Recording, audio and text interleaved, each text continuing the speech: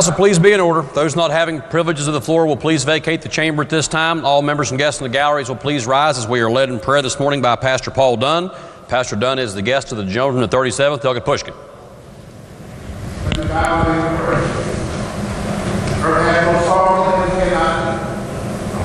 God of the universe, thou art omnipotent. We invite your presence today. Fill us with your love, fill us with your grace. We invoke your presence to fill this room. God, we ask you to keep us just, so we'll do what is just. Keep us right, so we'll do what is right. Let us make laws, let us legislate today. For the lucky and the found, the marginalized and bring silence.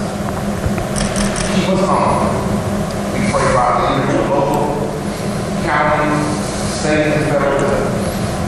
I ask these blessings in Jesus' name. All members and guests will please remain standing as we are led in the Pledge of Allegiance this morning by the gentleman of the 37th, Delegate Pushkin. Would all members and guests please join me in saying the Pledge of Allegiance? I pledge allegiance to the flag of the United States of America and to the republic for which it stands, one nation under God, indivisible, with liberty and justice for all. All members and guests may be seated.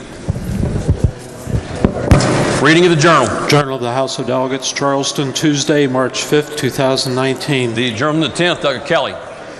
Mr. Speaker, I ask unanimous consent that further reading of the Journal be dispensed with and that it be approved as having been read. The Journal of the 10th asks unanimous consent that further reading of the Journal be dispensed with and it be approved as having been read. Are there objections? Chair hears no objections. Introduction to guests. Introduction to guests. The Journal of the 13th, Delegate Higginbotham. Thank you, Mr. Speaker. In the West Gallery, you have my dad is here. If you would please stand, and everyone please make Kurt Higginbotham welcome.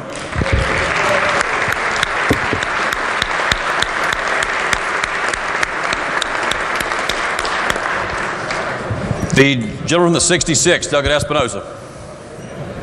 Thank you, Mr. Speaker. Very pleased to have paging for us today, Teresa Rucker. Teresa, if you please stand.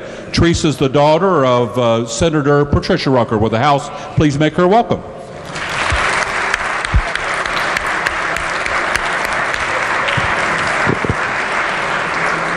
The gentleman of the 16th, Delegate Linville.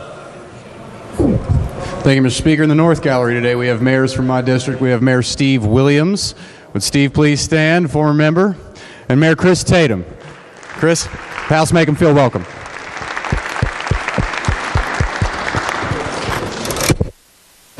The gentleman of the 19th, Delegate Hicks. Thank you, Mr. Speaker. On behalf of Delegate Thompson and myself, I'd like to announce that we have several pages with us today from Wayne County. Those pages from Spring Valley High School, when I mention your name, please stand. These pages are as follows: Jenna Christopher, Reagan Crum, Abby Blake, Aiden McLeod, Dalton Vonnie, Sydney Wright, and Cassidy Davis.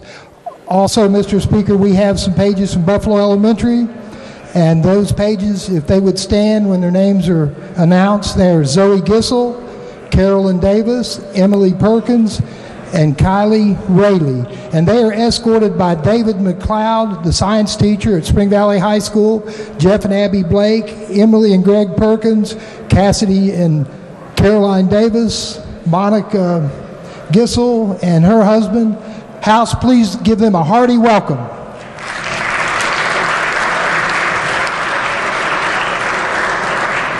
The gentleman of the 19th, Delegate Thompson. Thank you, Mr. Speaker. On behalf of myself and Delegate Hicks, we have two pages from Wayne Middle School today. They're on the other side over there. If they would please rise. They are Hannah Lester and Cameron Wolf, They are escorted by James Talbert. Please give them a round of applause.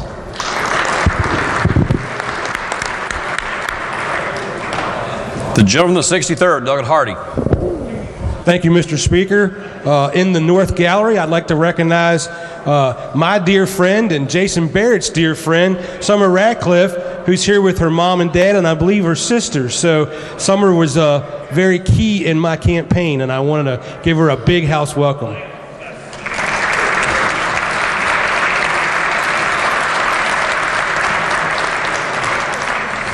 Are there further introductions?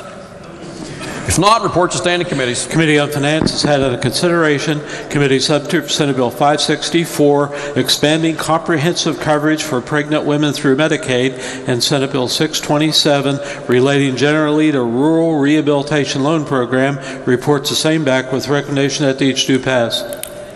Messages be received. Lady from the 49th.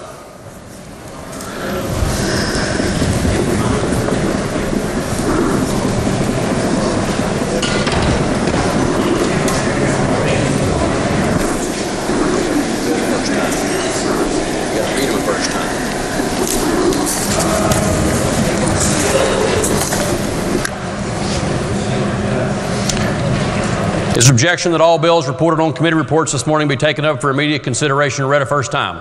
Chair hears no objections. Clerk will read the bills the first time. Committee Substitute for Senate Bill 564, expanding comprehensive coverage for pregnant women through Medicaid. Bill to be advanced. Senate Bill 627, relating generally to Rural Rehabilitation Loan Program. Bill to be advanced. Next report is standing committees. Committee on Finance has had under consideration Committee Substitute for Senate Bill 345, relating to fire service equipment and training funds for volunteer fire departments. Committee Substitute for Senate Bill 352, relating to Division of Corrections and Rehabilitation, acquiring and disposing of services, goods, and commodities. Committee Substitute for Senate Bill 522, creating special road repair fund, and Senate Bill 554, removing salary caps for a Director of State Rail Authority.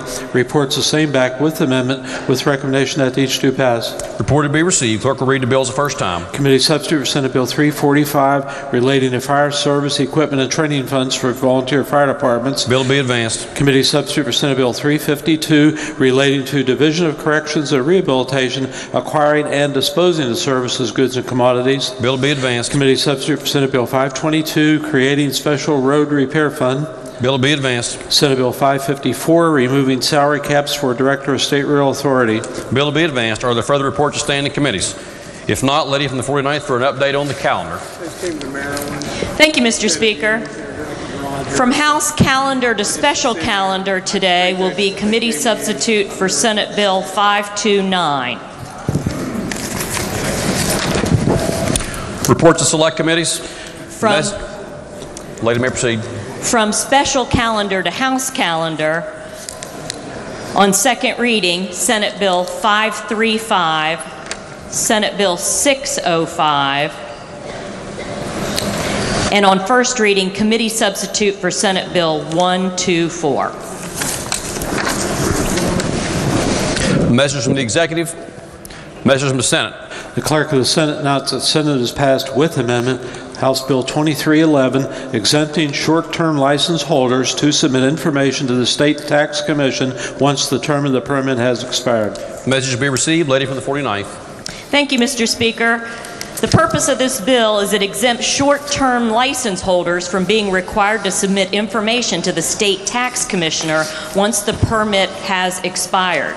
The Senate amendment strengthens the purpose of the bill by clarifying that the license holder must have paid all required taxes and clarifying that the provision does not prevent the tax commissioner from performing audits. Therefore, Mr. Speaker, I move we concur with the Senate amendment.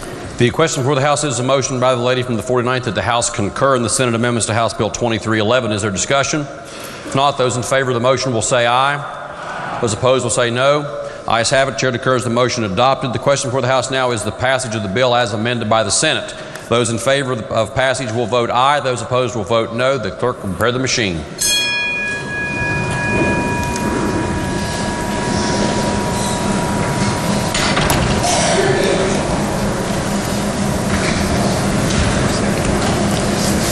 Has every member voted? If so, the clerk will close the machine and ascertain the result. On this question, there are 98 ayes, 0 nays, 2 members absent not voting. A majority of members elected having voted in the affirmative. The chair declares the bill passed. The clerk will please report the title. House Bill 2311. Are there amendments to the title? If not, the title is read. The clerk will bring the title of the bill. The clerk will please communicate the acts to the House to the Senate. Next bill on third reading. The Senate is passed with amendment. Committee substitute for House Bill 2405, imposing a healthcare-related provider tax on certain healthcare organizations. Message will be received. Lady from the 49th. Thank you, Mr. Speaker. This bill creates what is essentially a provider tax on managed care organizations. The tax is required by federal law to be broad-based, meaning that it's applicable to the public and private markets. Those rates may be different, but both must be taxed. The Senate amendment placed the definitions in alphabetical order and changed decimal points to commas in numbers. Therefore, Mr. Speaker, I move we concur with the Senate amendment. The question before the House is a motion by the lady from the 49th that the House concur in the Senate amendments to committee substitute for House Bill 2405. Is there discussion? If not, those in favor of the motion will say aye. Those opposed will say no. The ayes have it. Chair declares the motion adopted. The question before the House is the passage of the bill as amended by the Senate. Are there members who wish to speak to the passage of the bill? If not, those in favor will vote aye. Those opposed will vote no. The clerk will prepare the machine.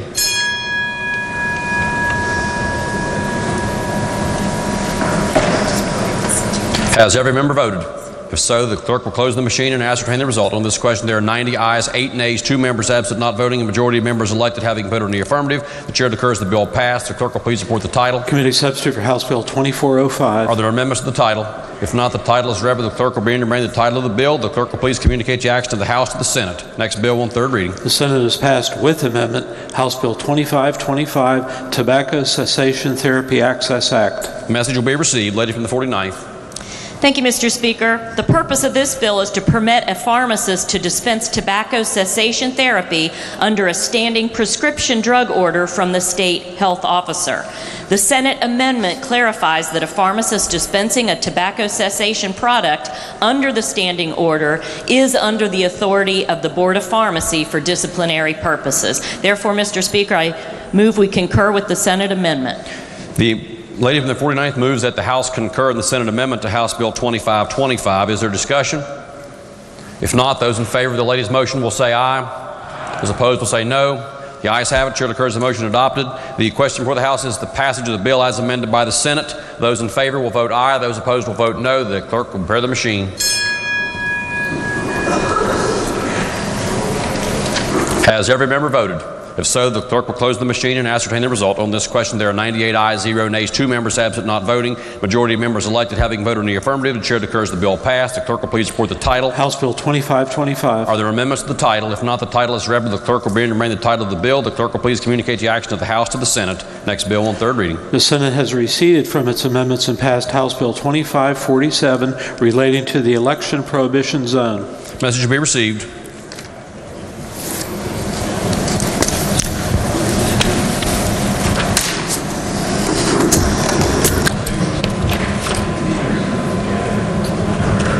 The Senate has passed with amendment. Committee substitute for House Bill 2907, requiring a form of a certified commitment order to the Division of Corrections and Rehabilitation. Message will be received. Lady from the 49th. Thank you, Mr. Speaker. The purpose of this bill is to amend the commitment paper for convicted felons to reflect the accurate distribution of costs and to create a form order for the commitment of convicted misdemeanants to the custody of the Division of Corrections and Rehabilitation.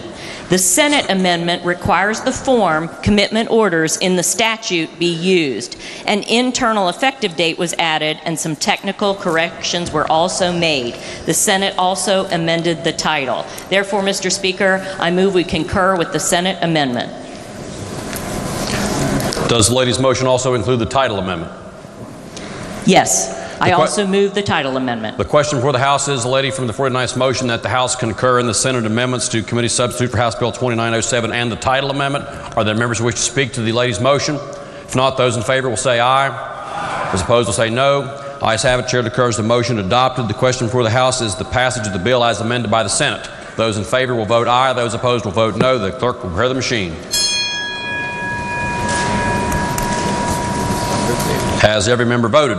If so, the clerk will close the machine and ascertain the result. On this question, there are 98 ayes, 0 nays, 2 members absent not voting, a majority of members elected having voted in the affirmative. The chair declares the bill passed. The clerk will please report the title. Committee substitute for House Bill 2907. Are there further amendments to the title? If not, the title as amended by the House will be and remain the title of the bill. Lady from the 49th. Mr. Speaker, I move the bill take effect from its passage. The lady from the 49th moves that the bill be made effective from passage. Those in favor will vote aye. Those opposed will vote no. The clerk will prepare the machine.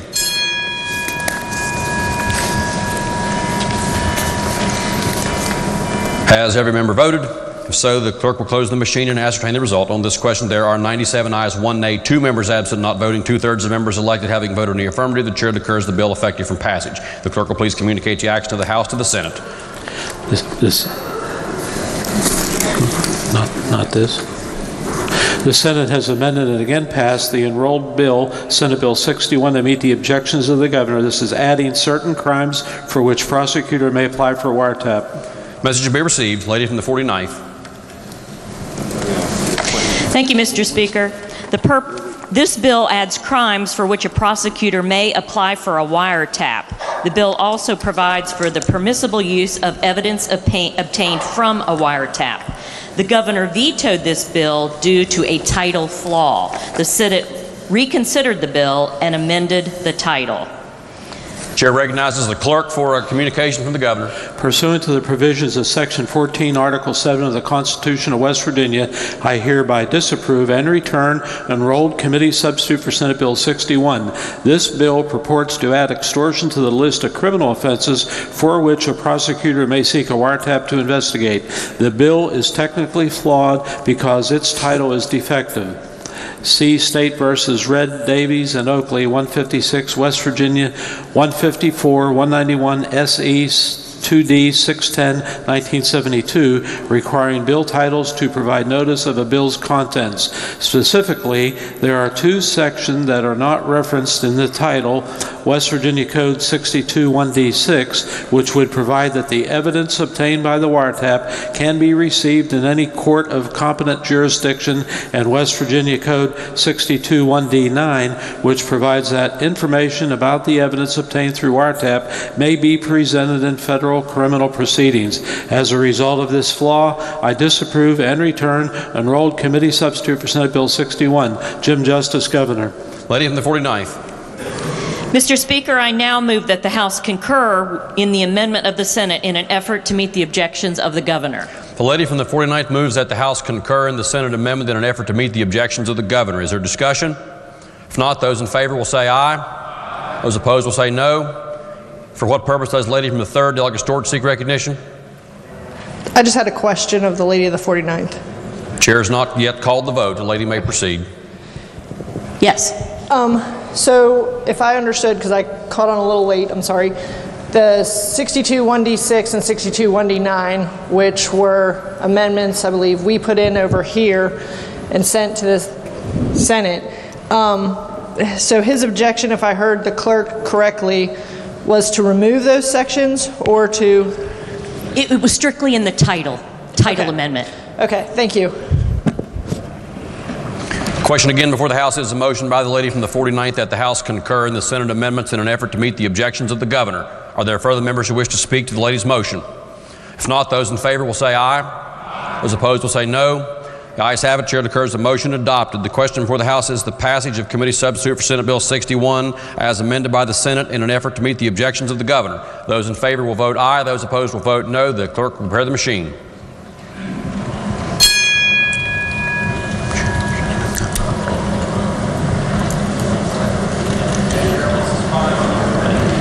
Has every member voted?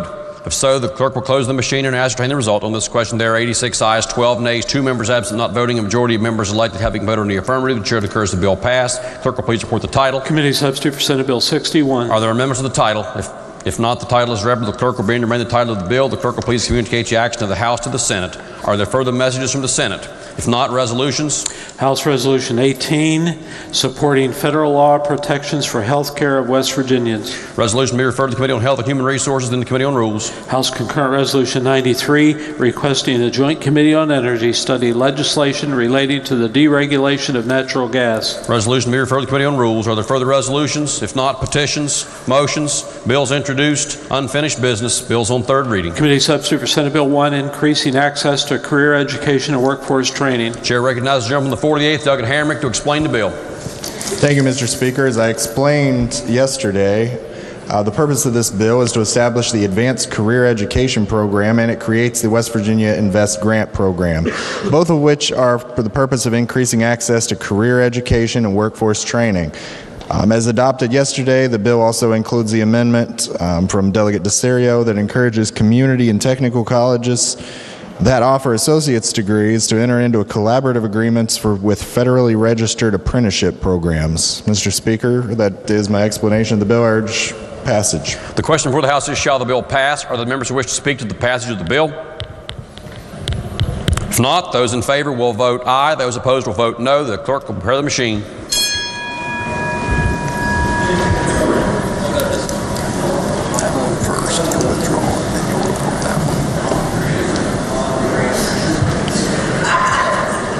Has every member voted?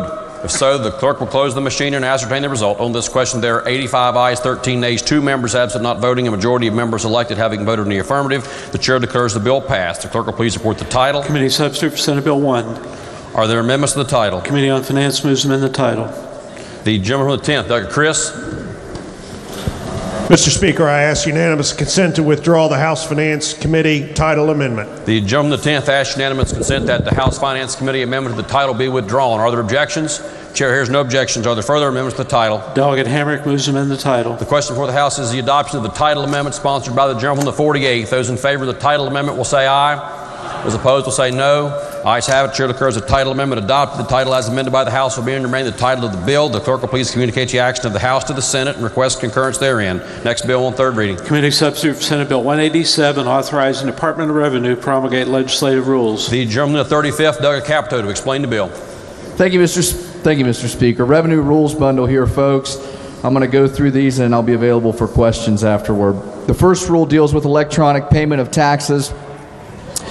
This proposed rule makes several non-substantive technical cleanup changes, but the substantive changes are as follows.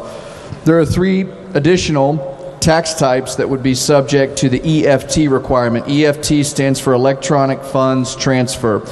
And those 3 types are, first, the motor carrier road tax, the fireworks safety fee tax, and the medical cannabis tax. However, an EFT may not be required if the transfer would violate state or federal law. The second rule deals with jockey concussions.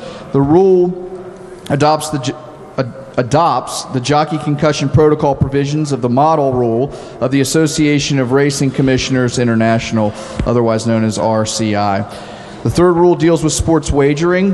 The proposed rule would provide procedures and requirements for West Virginia casinos to conduct wagering on the results of certain professional or collegiate sports or athletic events and other events authorized by the West Virginia Lottery Sports Wagering Act, SB 415.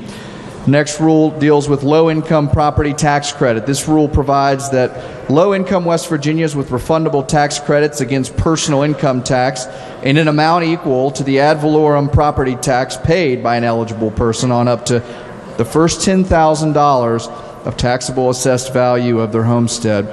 It is proposed to amend the rule to remove the requirement that the tax commissioner notify each person who qualifies for the $20,000 homestead exemption of the availability of the low-income tax credit. The next rule deals with tax on purchase of alcohol. The rule implements Senate Bill 275 passed last year. That bill changed the excise tax on alcoholic beverages sold and purchased outside of a municipality. This rule implements that policy. The next rule deals with aircraft operated under a fractional ownership program. This implements, the rule implements essentially West Virginia Code 11-15-9P. That section of code exempts consumer sales tax and service tax purchases of services and certain tangible personal property sold for the repair, remodeling, and maintenance of aircraft operated under a fractional ownership program. And the last series of rules are the 50 series, as we call them. This series of rules includes Rules 50A through F. That series provides for agreements between agencies to exchange information with the tax division.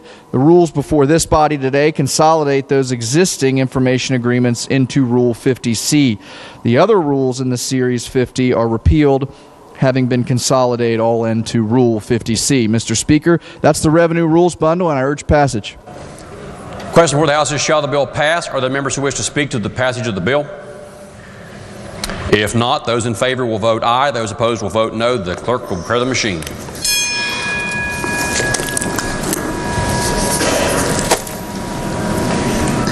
Has every member voted?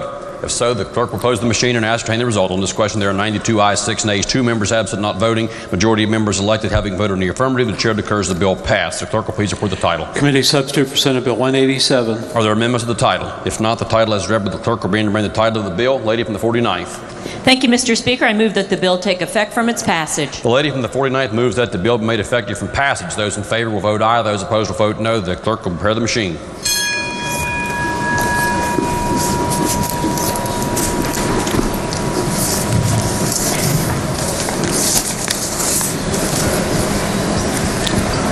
Has every member voted? If so, the clerk will close the machine and ascertain the result. On this question, there are 93 ayes, 5 nays, 2 members absent, not voting. 2/3 of members elected having voted in the affirmative. The chair declares the bill passed. The clerk will please communicate the action. The chair declares the bill effective from passage. The clerk will please communicate the action to the House, to the Senate, and request concurrence therein. Next bill on third reading. Committee substitute for Senate Bill 285 relating to the sale of homemade food items. The gentleman, the 27th, Douglas Schott, to explain the bill. Thank you, Mr. Speaker. Senate Bill 285 creates a procedure to facilitate the sale and distribution of homemade food items and provides certain exemptions from licensing, permitting, inspection, and packaging laws.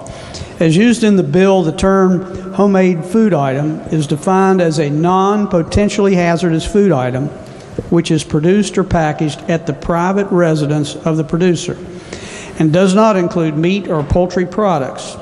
Exempted homemade food items must be delivered to the consumer by the producer's agent, a third-party vendor, or a third-party carrier. The bill requires the producer to provide the consumer with certain information, including the producer's name, address, and telephone number, the item ingredients, and a statement indicating the product is exempt from state licensing and inspection. The exemptions provided are narrow and do not exempt a producer from complying with other statutory and regulatory requirements, including health department investigations of reported foodborne illness, business registration requirements, and tax liability. The bill permits counties and municipalities to charge exempted producers for space rental and product placement fees and fairs and festivals, but prevents counties and municipalities from otherwise prohibiting or regulating the production and sale of homemade food items. Mr. Speaker, that's a summary of the bill. I urge its passage. The question before the House is, shall the bill pass? The gentleman from the 25th, Douglas Painter. Thank you, Mr. Speaker. As I put this bill in on the House side, and this is the Senate version, and it's a good bill. It's a long time overdue, and I would encourage everyone to vote yes on it. Are there other members who wish to speak to the passage of the bill? If not, those in favor will vote aye. Those opposed will vote no. The clerk will prepare the machine.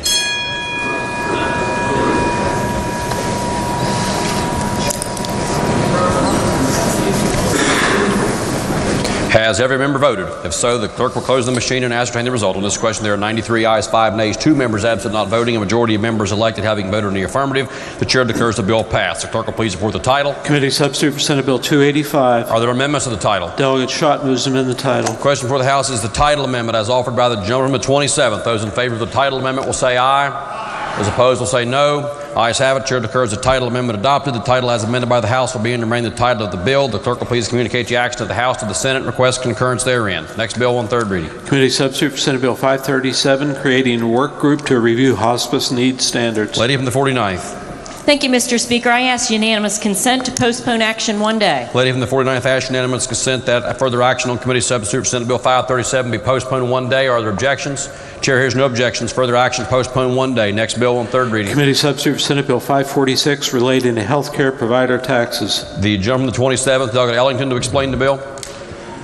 Thank you, Mr. Speaker. This bill imposes a new provider tax on specified acute care hospitals to be used to obtain a federal match that will then be used to support increasing the practitioner payment fee schedules for practitioners employed by those eligible acute care hospitals. The bill change also must be approved by CMS to take effect. Mr. Speaker, I urge passage. The question for the House is, shall the bill pass? Are the members who wish to speak to the passage of the bill? If not, those in favor will vote aye. Those opposed will vote no. The clerk will prepare the machine.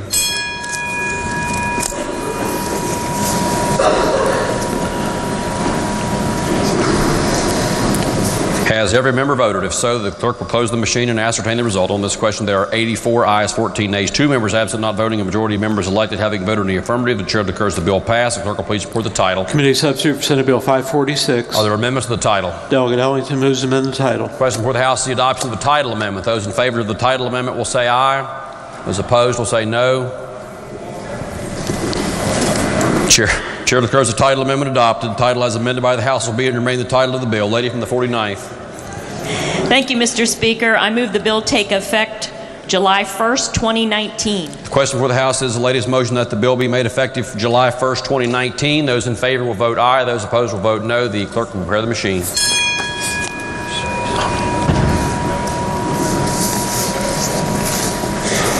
Has every member voted?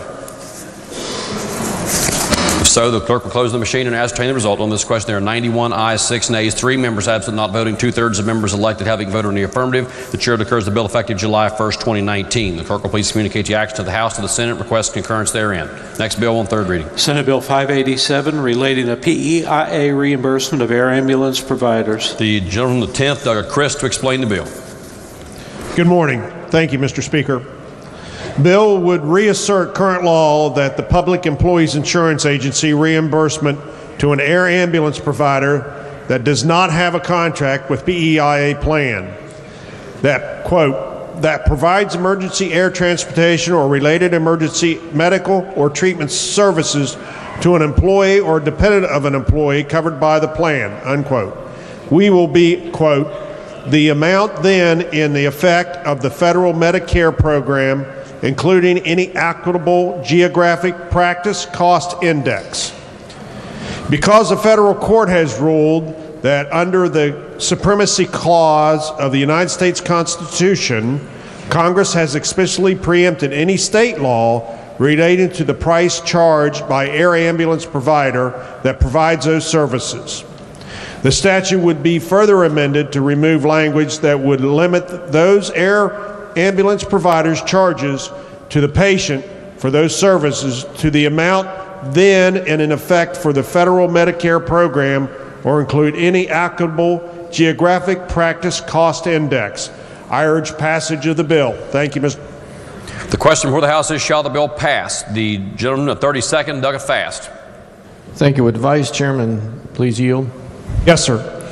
Is this the sister bill to House Bill 3018 regarding balance billing for air transportation?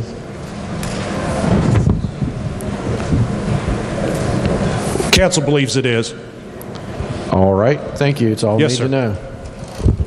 Are there other members who wish to speak to the passage of the bill? If not, those in favor will vote aye. Those opposed will vote no. The clerk will prepare the machine.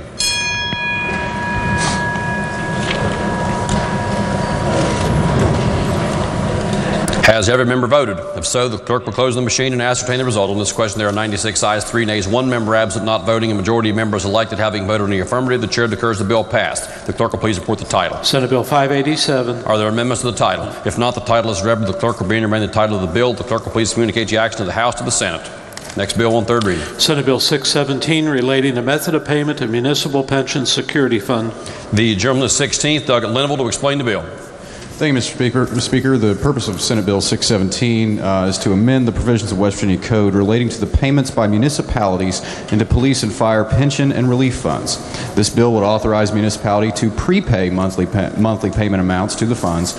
Current law dictates that the municipality pay 1/12 of the municipality's annual contribution to the funds every month. It's a good bill, Mr. Speaker. I urge passage. The question before the House is, shall the bill pass? Are there members who wish to speak to the passage of the bill?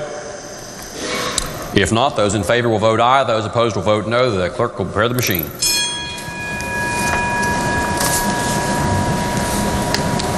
Has every member voted? If so, the clerk will close the machine and ascertain the result. On this question, there are 99 ayes, 0 nays, 1 member absent, not voting. A majority of members elected having voted in the affirmative. The chair declares the bill passed. The clerk will please report the title. Senate Bill 617. Are there amendments to the title? If not, the title is read by the clerk will read and read the title of the bill. The clerk will please communicate the action to the House of the Senate. Next bill on third reading. Committee substitute for Senate Bill 653, relating generally to practice of medical corporations. The gentleman, the 27th, Delegate Ellington, to explain the bill.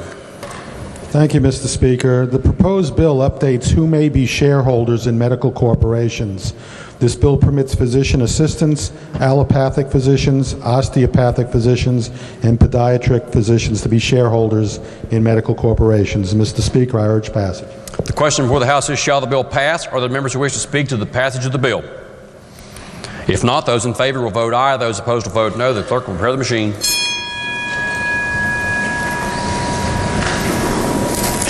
Has every member voted? If so, the clerk will close the machine and ascertain the result. On this question, there are 99 ayes, 0 nays, 1 member absent, not voting. A majority of members elected having voted in the affirmative. The chair declares the bill passed. The clerk will please report the title. Committee substitute for Senate Bill 653. Are there amendments to the title? Delegate Ellington moves to amend the title. Question for the House, the adoption of the title amendment. Those in favor of the title amendment will say aye. Those opposed will say no. Ayes have it. Chair declares the title amendment adopted. The title as amended by the House will be and remain the title of the bill. The clerk will please communicate the action of the House to the Senate and request concurrence therein. Next bill on third reading. Senate Bill 675, requiring DEP create and implement Adopt a Stream program. The gentleman, the 27th, Delegate Schott, to explain the bill. Thank you, Mr. Speaker. A little slow on the button today. I apologize. This bill adds a new article of code to provide for the creation of the Adopt a Stream program, which is analogous to the currently existing Adopt a Highway program, which DEP shall create and implement the new program. Any stream or river that is a part of the West Virginia Stream Partners Program is eligible for adoption by volunteers for a period of 1 year, during which time one cleanup is required. That's a summary of the bill, Mr. Speaker. I urge its passage. The question before the House is, shall the bill pass? Are there members who wish to speak to the passage of the bill? If not, those in favor will vote aye. Those opposed will vote no. The clerk will prepare the machine.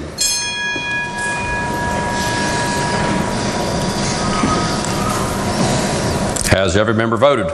If so, the clerk will close the machine and ascertain the result. On this question, there are 99 ayes, 0 nays, 1 member absent, not voting. A majority of members elected having voted in the affirmative. The chair declares the bill passed. The clerk will please report the title. Senate Bill 675. Are there amendments to the title? If not, the title as read by the clerk will be and remain the title of the bill. Lady from the 49th. Thank you, Mr. Speaker. I move the bill take effect from its passage. Lady from the 49th moves that the bill be made effective from passage. Those in favor will vote aye. Those opposed will vote no. The clerk will prepare the machine.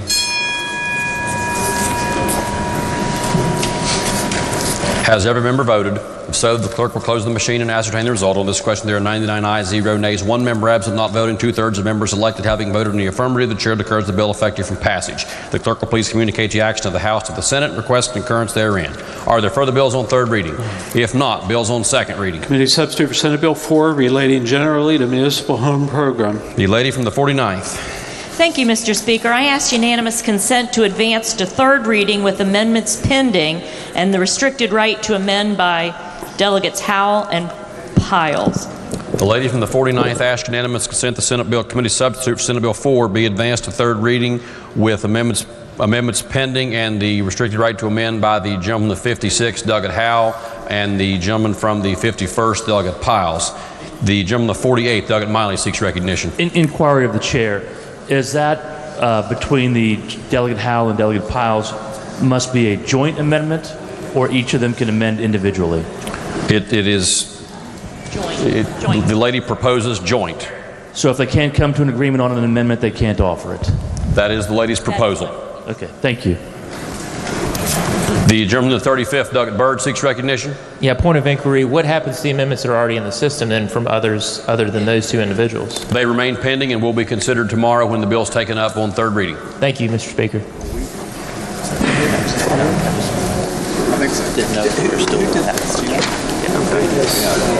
Chair is advised that the clerk is in receipt of additional amendments that are not currently shown in the system now. The chair will consider those amendments as having been submitted and advanced to third reading pursuant to the lady's motion. Is there objection? I just added 3 names from 36. Yeah. Are any other members contemplating amendments to Senate Bill 4?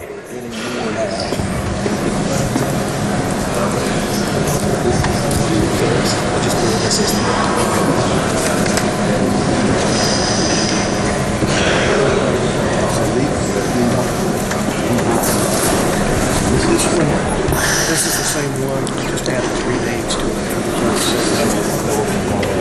Yes.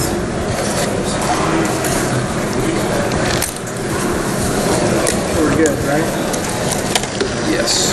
Yes. It's the same ruling for everybody now. And everybody's I said it's the system, so yeah. So okay, let's try it again. The lady's motion, the lady's request is the lady asked unanimous consent that's committee substitute for Senate Bill 4 be advanced to third reading with the amendments currently in receipt by the clerk pending and the restricted right for joint amendment by the gentleman, the 56th Delegate Howe, and the gentleman, the 51st Delegate Piles. Is there objection? Chair hears no objection. Bill will be advanced. Next bill on second reading. Committee substitute for Senate Bill 90, transferring safety and treatment program from DHHR to DMV. Lady from the 49th. Thank you, Mr. Speaker. I ask unanimous consent to postpone action 1 day. Lady from the 49th asked unanimous consent to postpone action 1 day on committee substitute for Senate Bill 90. Is there objection? Chair hears no objection. Action postponed 1 day. Next bill on second reading. Senate Bill 153, providing greater flexibility for making infrastructure project grants. Are there amendments? If not, the bill will be advanced. Committee substitute for Senate Bill 199, authorizing certain miscellaneous agencies and boards promulgate legislative rules. Are there amendments? Committee on Judiciary moves to amend the bill. This is H. Jude AM 3-2. Does the gentleman 27th, Delegate Schott, wish to explain the amendment? Yes, thank you, Mr. Speaker. Senate Bill 199 is the miscellaneous rules bundle. The bundle contains 32 rules. The Judiciary Committee amended 6 of those rules, and I'll summarize those amendments as follows. The agricultural rule relating to farm to food bank tax credit was amended to add a provision requiring that applications for tax credits must be received by the Department of Agriculture no later than January 31 of the year following the year in which the donation was made. The agricultural rule relating to farmers markets was amended to eliminate the ability for the Department of Agriculture to charge for travel time while performing inspections. The osteopathic medicine rule was amended to remove testimonial advertising from techniques that are not in the public interest. The pharmacy rule relating to pharmacy technicians was amended to modify the hours of training for a pharmacy technician trainee to comport with standards recently promulgated by the National Certification Organization. The real estate appraiser licensing rule regarding licensure and certification was amended to strike offenses involving moral turpitude and replace those references with a crime that, quote, bears a rational nexus to the occupation requiring licensure. And finally, the Secretary of State rule regarding filing and formatting of rules and other documents was amended to require that new series rules shall be completely underlined. Mr. Speaker, that's a summary of the amendments. I urge adoption. Are there amendments to the amendment?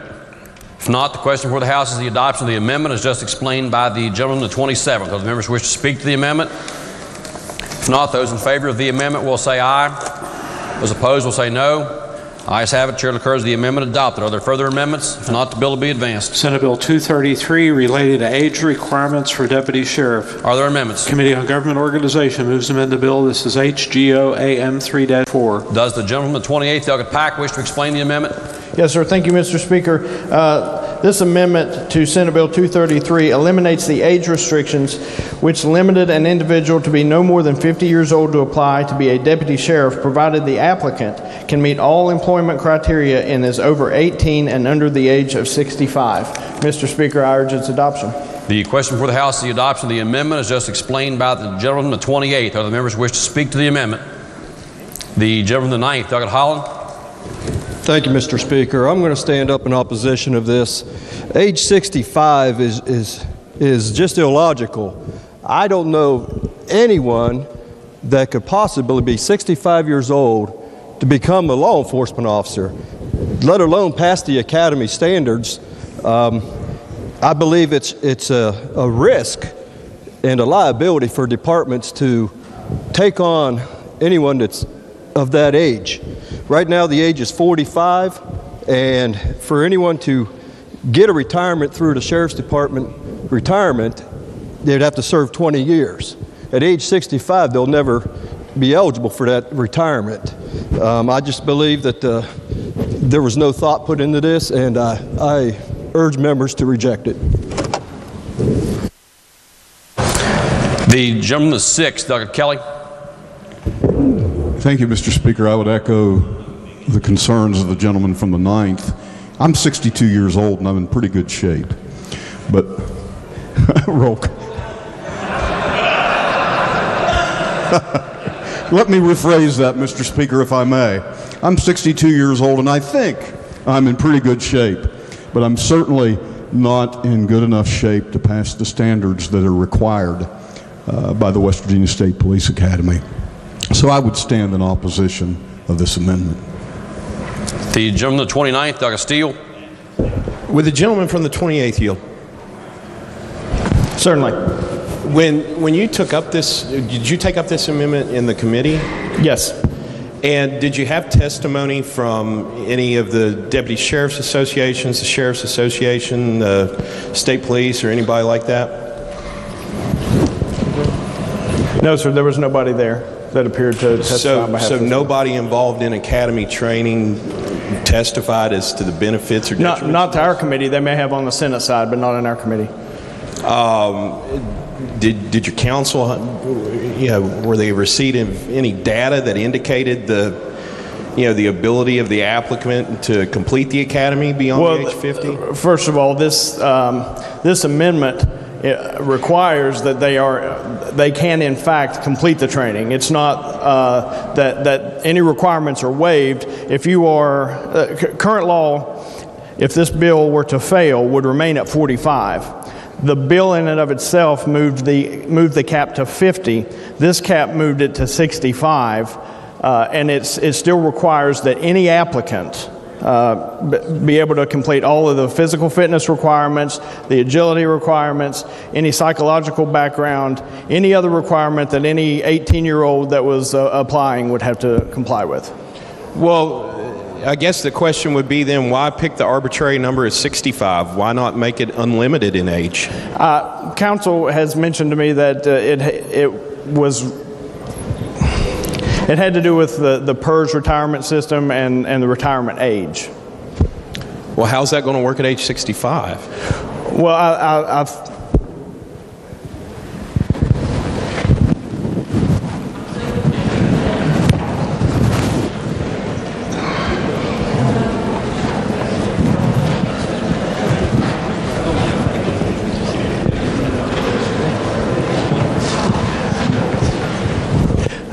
council advises me that if someone who were 65 were to apply, that they would be inclined to pay 14% of their pay into retirement, and that wouldn't have been feasible. So if I'm 65 years old or an individual 65, and they somehow meet the physical requirements to go through the academy and all the other requirements to become a deputy sheriff, you're saying they would have to contribute 14% of their income to the retirement system? That's what I'm advised, yes. And what does a normal underage, let's say a 35-year-old deputy sheriff, what do they contribute? 5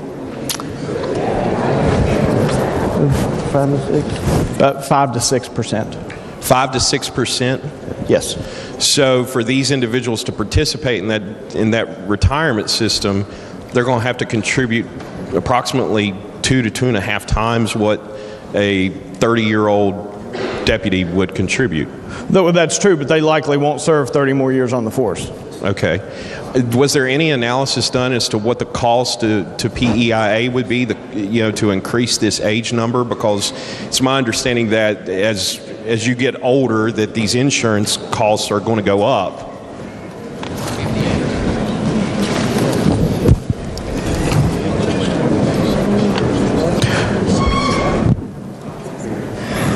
Council advises me that all sheriffs may not be in PIA. There is a fiscal note of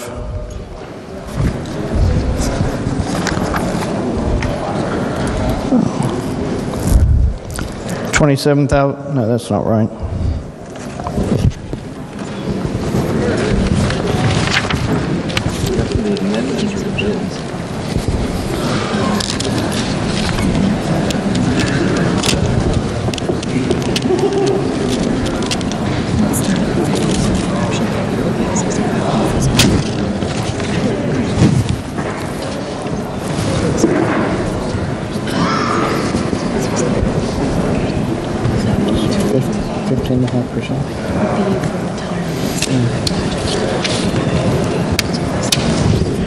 Our fiscal note shows for the original bill of 50. Our fiscal note doesn't reflect 65. But I was in error. It's 15.5% that they would be required. 15.5% of their income? If they elected to participate at 65, yes. But it wouldn't change the employer portion of that contribution, would it? No. So to participate in that system, they're going to have to contribute 15.5%. Was there any type of study as to the number of people that we anticipate trying to become law enforcement officers between the ages of 50 and 65? Not that I'm aware of. The idea behind it was simply to fill some gaps in hard to find areas, rural locations, or perhaps someone has retired from a city police force and they're 52 years old and they would like to go to work for the deputy sheriff. Were there any particular law enforcement groups coming to speak in favor of this? No one spoke one way or the other before our committee. So nobody from the law enforcement community spoke against or in favor of this bill or this amendment? Neither way. Nor the bill. Nor the bill. County sheriffs did. Okay. Thank you, Mr. Speaker. I have nothing further. To the gentleman, I've just been advised that some county sheriffs have in fact requested this, but they did not appear before our committee. Do we know what counties? No, I'm told that those folks did appear before the Senate committee, but they did not appear before House Gov Org. Okay. Any other groups in particular that were wanting this legislation? Not that communicated directly with me. Okay, thank you. The gentleman on the 10th, Dr. Kelly. Thank you, Mr. Chairman. Vice Chairman Yield. With your amendment, we can hire a deputy sheriff at age 65, correct? Up to.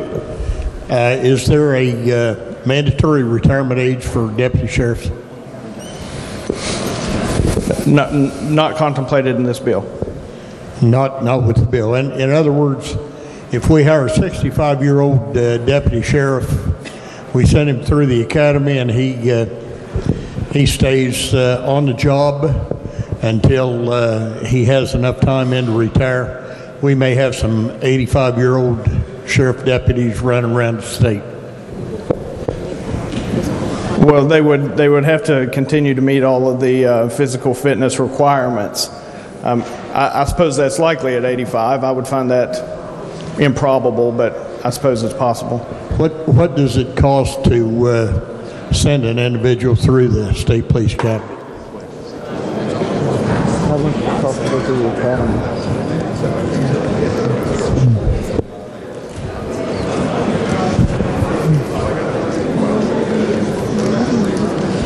That's not included in the fiscal note, sir. That's not included in the fiscal note? Not included in the fiscal note? No, sir. Thank you. The gentleman on the 62nd, Doug Bibby. Thank you, Mr. Speaker. Would the Vice Chair yield a couple of questions? I was in the government organization meeting when this bill came up. To your knowledge, is there a federal anti-age discrimination law? Yes. Yeah. I think I recall several years ago, there was a restriction on airline pilots reaching the age of 60 could no longer serve, could not fly after that. I think Congress did away with that, if I'm not mistaken. They may have raised it to 65. I'm not sure. Is that does council have any information on that? But I know the age was lifted.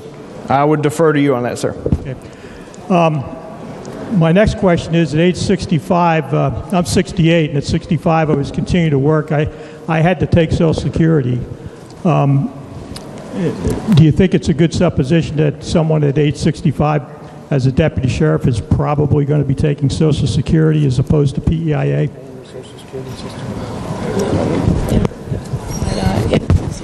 You're taking the speculation for anybody that's taking Social Security. Sir, it's my understanding that members that pay into the deputy sheriff's retirement system do not pay into Social Security and are not eligible to receive those benefits. Okay.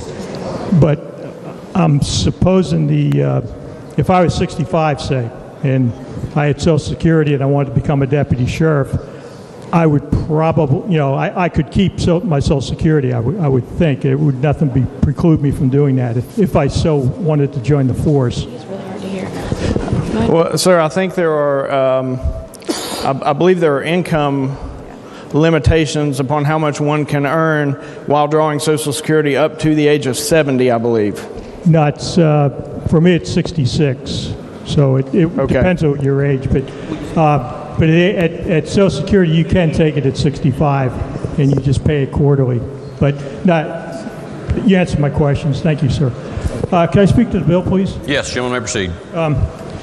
I think this is a good bill. As we are today, we're a lot more physically fit. A lot of things that 20, 30 years ago, a 65-year-old wouldn't be able to do today. It shows how our population is doing better physically, and we need to keep that open. There's no reason why a deputy sheriff can't serve at age 65 if he meets all the age qualifications. I'd like to remind you, I believe Chuck Yeager is in his late 80s, and he was flying supersonic jet aircraft. Okay? It's not an easy fit. You have to be physically fit to do that.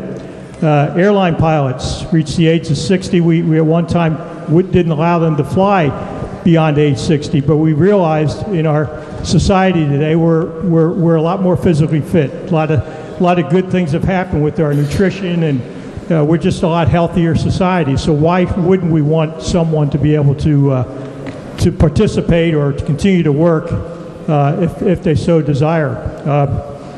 I think Sheriff Arpaio I don't think he serves anymore, but I believe he was 88. So to put an arbitrary restriction on it at age 50, you can't serve as a deputy sheriff, I think it's a little bit myopic in what we're looking at. We want qualified people, and to me, if you're qualified, shouldn't stop you from being able to serve. Probably should just eliminate the age requirement altogether.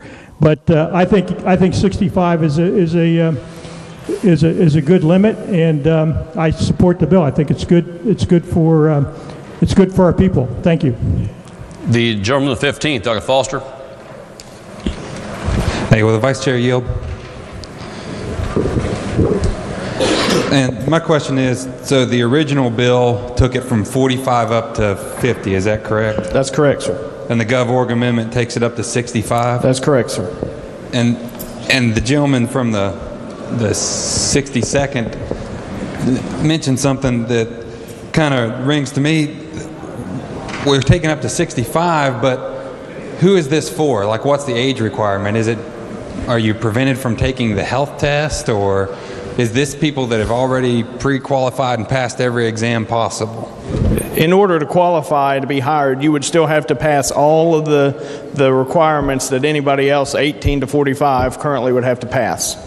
So, for example, before this amendment, if someone at the age of of 49 years old passed all that, and then somebody at the age of 51 passed all those requirements, the commission is required to discriminate against them because of their age? That appears to be the effect, sir. Okay. Speak to the amendment. The gentleman may proceed. I definitely support the amendment. I mean, this is somebody that's already passed all the qualifications and requirements. And then this amendment basically is just adjusting the age at which the commission can accept them.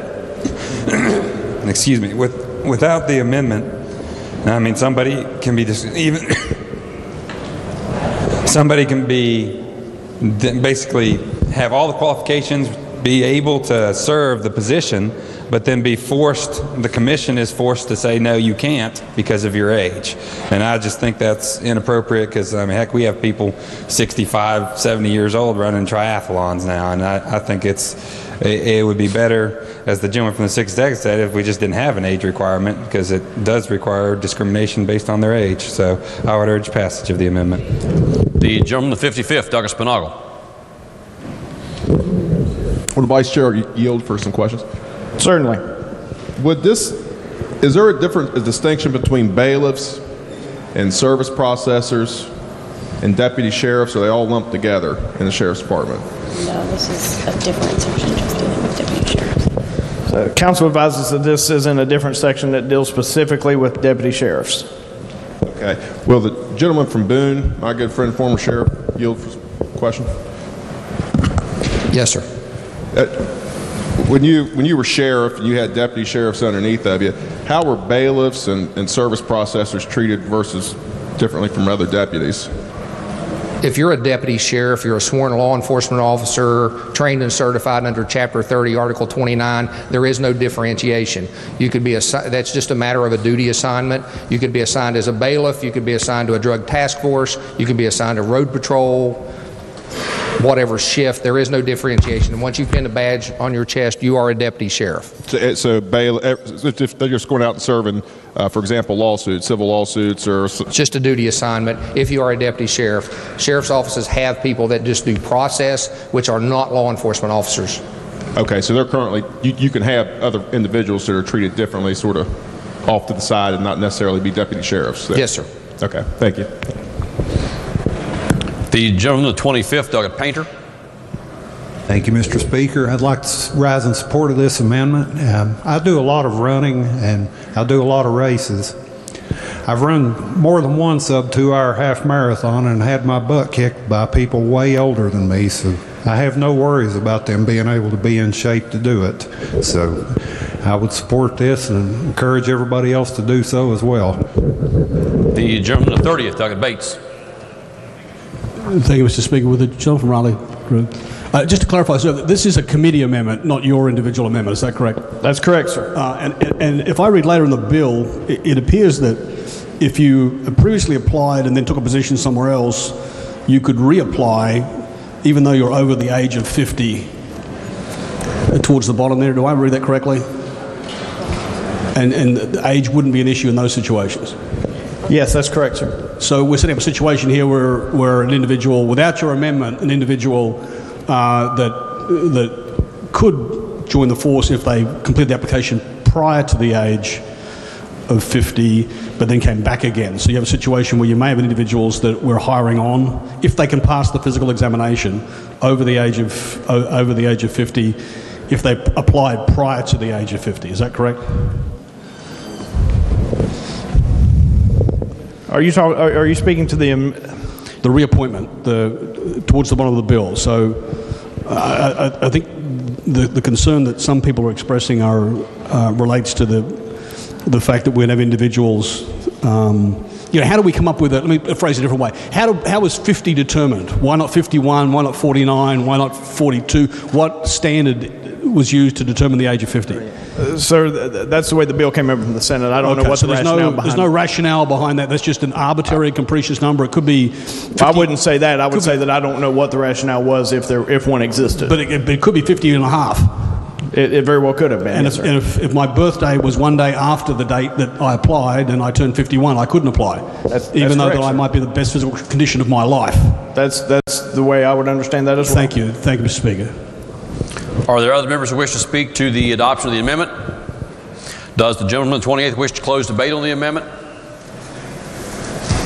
Thank you, Mr. Speaker. I understand the concerns that have been raised today. I would simply say that the intent of this bill was not to encourage sheriff's offices statewide to go out and hire people who were 64 years old and 364 days. The point was to allow folks who could still meet all the qualifications, who perhaps were retired troopers, who perhaps are retired city police officers, perhaps they've retired from the military, and they would like to pursue an additional career in law enforcement. This simply raises the cap from 50 to 65. If you can't cut it, so to speak, if you don't meet all the requirements, you're not eligible. No one's being drafted into this, so it's completely optional. And for those reasons, Mr. Speaker, I would urge its adoption. The question before the House is the adoption of the amendment. A roll call has been demanded. Is the demand sustained? The demand is sustained. The question before the House is the adoption of the amendment. Those in favor of the amendment will vote aye. Those opposed will vote no. The clerk will prepare the machine.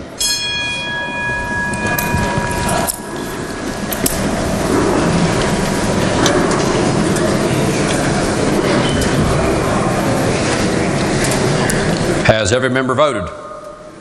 If so, the clerk will close the machine and ascertain the result. On this question, there are 61 ayes, 36 nays.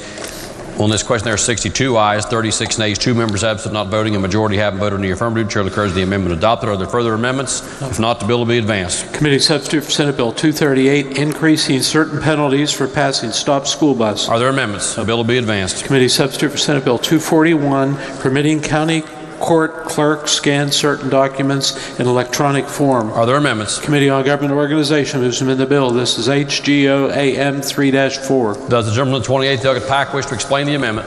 Yes, thank you, Mr. Speaker. The Government Organization Committee amendment that is before us relates to permitting county clerks to scan certain documents in electronic form. The committee amendment requires records to be scanned, recorded, and made available online when determined to be financially feasible by the county commission, and requires electronic documents to be stored on a server off-site to retain a backup copy of all documents. Mr. Speaker, I urge adoption. The question before the House is the adoption of the amendment as just explained by the gentleman from the 28th. Are there members who wish to speak to the amendment? If not, those in favor of the amendment will say aye. Those opposed will say no. The ayes have it. Chair declares the amendment adopted. Are there further amendments? If not, the bill will be advanced. Committee substitute for Senate Bill 317, authorizing 3 or more adjacent counties from multi-county trail network authority. Are there amendments? Committee on Government Organization moves to amend the bill. This is HGO AM number 1. Does the gentleman on the 28th wish to explain the amendment? Yes, thank you, Mr. Speaker. This amendment retains the language of the original bill and additionally creates the Mountaineer Trail Network Recreation Authority through the Potomac Highlands and north central West Virginia. The authority will consist of representatives from Barber, Grant, Harrison, Marion, Mineral, Monongalia, Preston, Randolph, Taylor, and Tucker counties, and be organized in the same manner as the multi-county trail network described in the original bill. Mr. Speaker, I urge its adoption. The question before the House is the adoption of the amendment as just explained by the gentleman from the 28th. Are the members who wish to speak to the adoption of the amendment?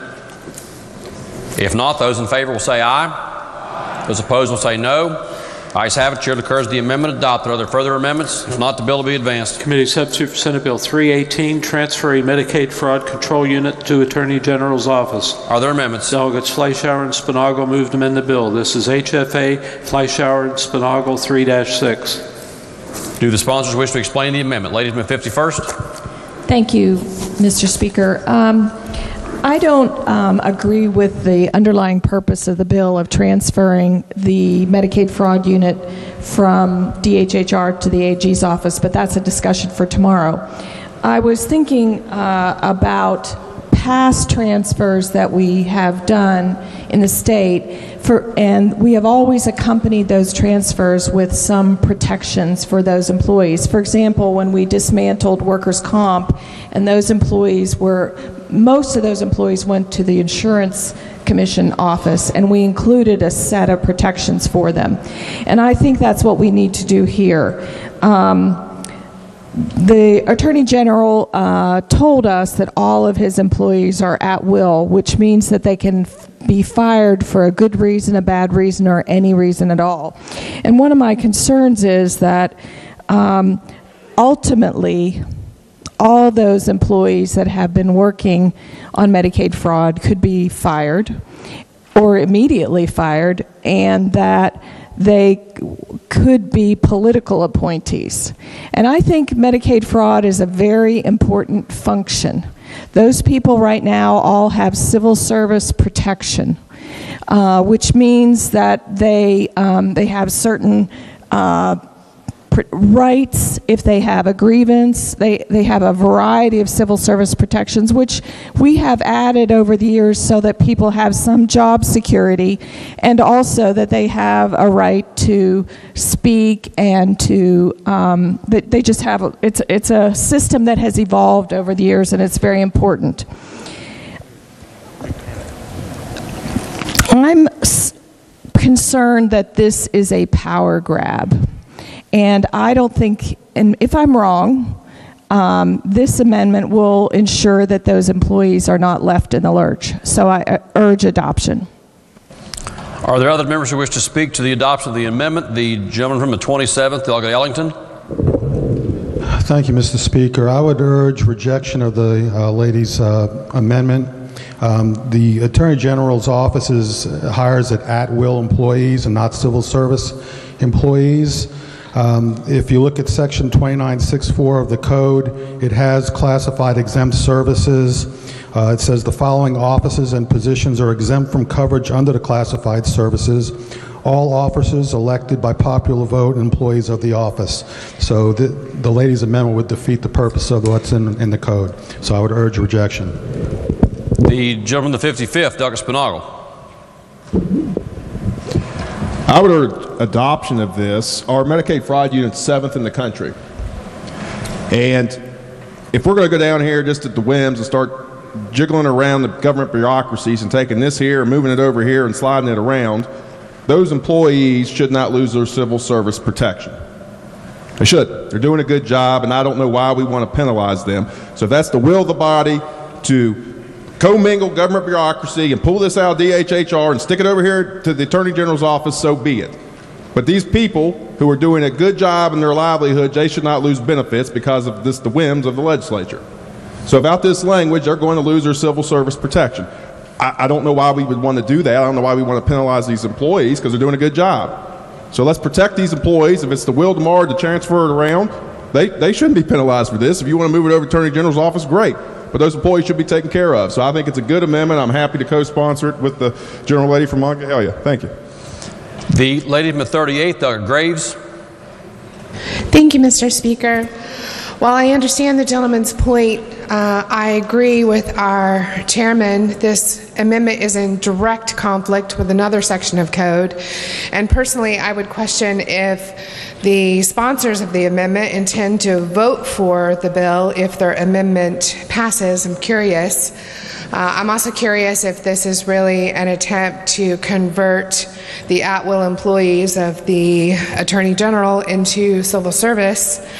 If these employees are doing a good job, I happen to have some faith in my Attorney General that he wants employees who do a good job, and he would keep them. So I urge rejection. Are there other members who wish to speak to the adoption of the amendment? The gentleman from the 27th, Delegate Schott. Thank you, Mr. Speaker. I think the chairman of Health is correct. The code is pretty clear on whether this is would violate the statute of 2964C. Keep in mind that the civil service system is basically intended to take care of administrative units of the state government. It's a statutory provision, and I hate to bring up the separation of powers issues because of the cloud that's been imposed on that by the Workman decision, but this is legislative encroachment on a constitutional officer's. In addition to the statutory problem it's got, it also would represent a legislative encroachment on another constitutional office holder. So I think it's really the amendment is inappropriate for two different reasons. It conflicts with the statute, but it also could create a constitutional issue with separation of powers. So I would urge rejection of the amendment. The gentleman who is 67th, Doug Doyle. Thank you, Mr. Speaker. I'm trying to see legislative encroachment, and I don't see it.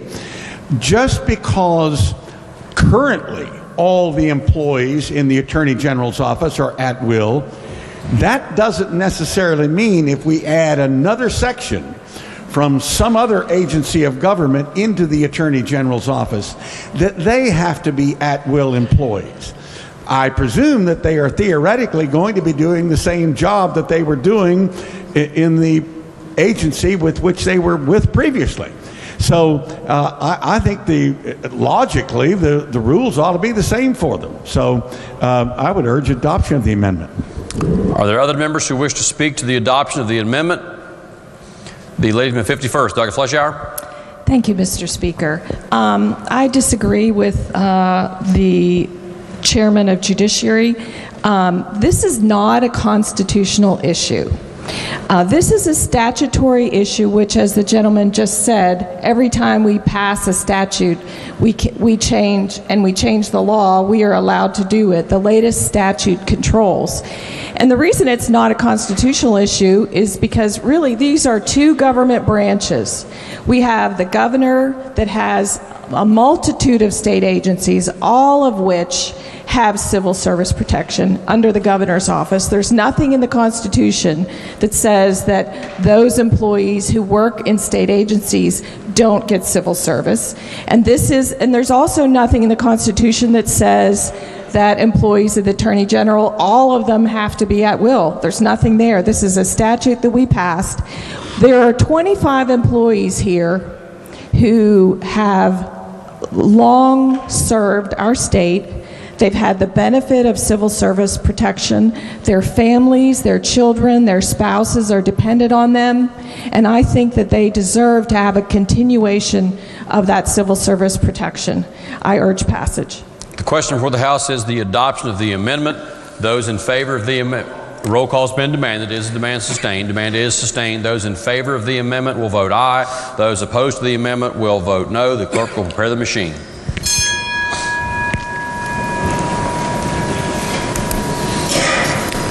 Has every member voted?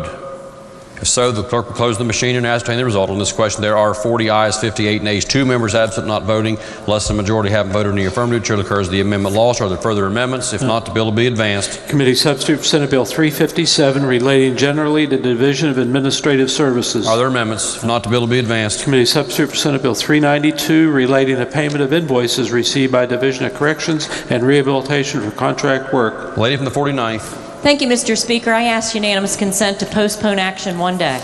Lady from the 49th asked unanimous consent to further action on committee substitute for Senate Bill 392 be postponed one day. Is there objection?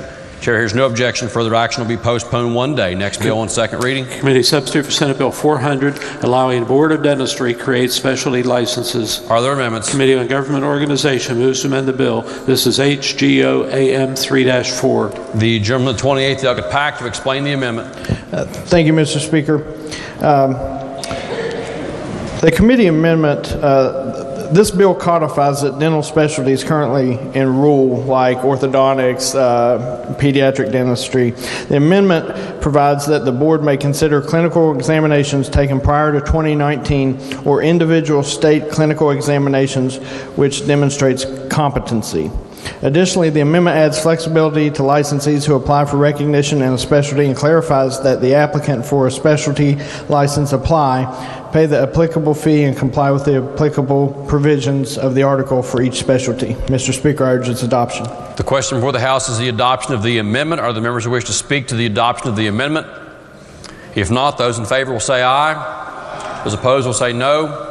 The ayes have it. Chair declares the amendment adopted. Are there further amendments? If not, the bill will be advanced. Committee substitute for Senate Bill 402, authorizing the Division of Forestry investigate and enforce timber theft violations. Are there amendments? Committee on Government Organization moves to amend the bill. This is HGO AM 3-4. Does the gentleman of the 28th wish to explain the amendment?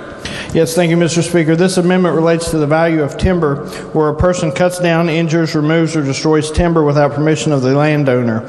The amendment increases the value of timber from $1,000 to $2,500 or less, increase the fine for a first offense from $1,000 to $25, and clarifies that any second or subsequent violations within 10 years of the first violation shall be a felony. I urge its adoption. The question before the House is the adoption of the amendment. Are the members who wish to speak to the amendment?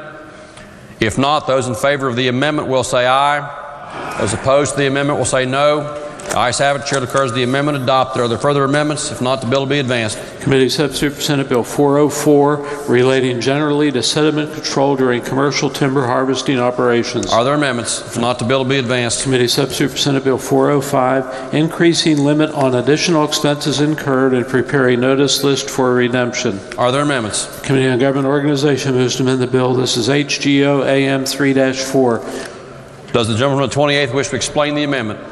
Yes, thank you, Mr. Speaker. The bill adjusts recouping of expenses for purchasers of property at tax sales. The amendment simply makes technical corrections to the Senate committee substitute. I urge adoption. Are there amendments to the amendment?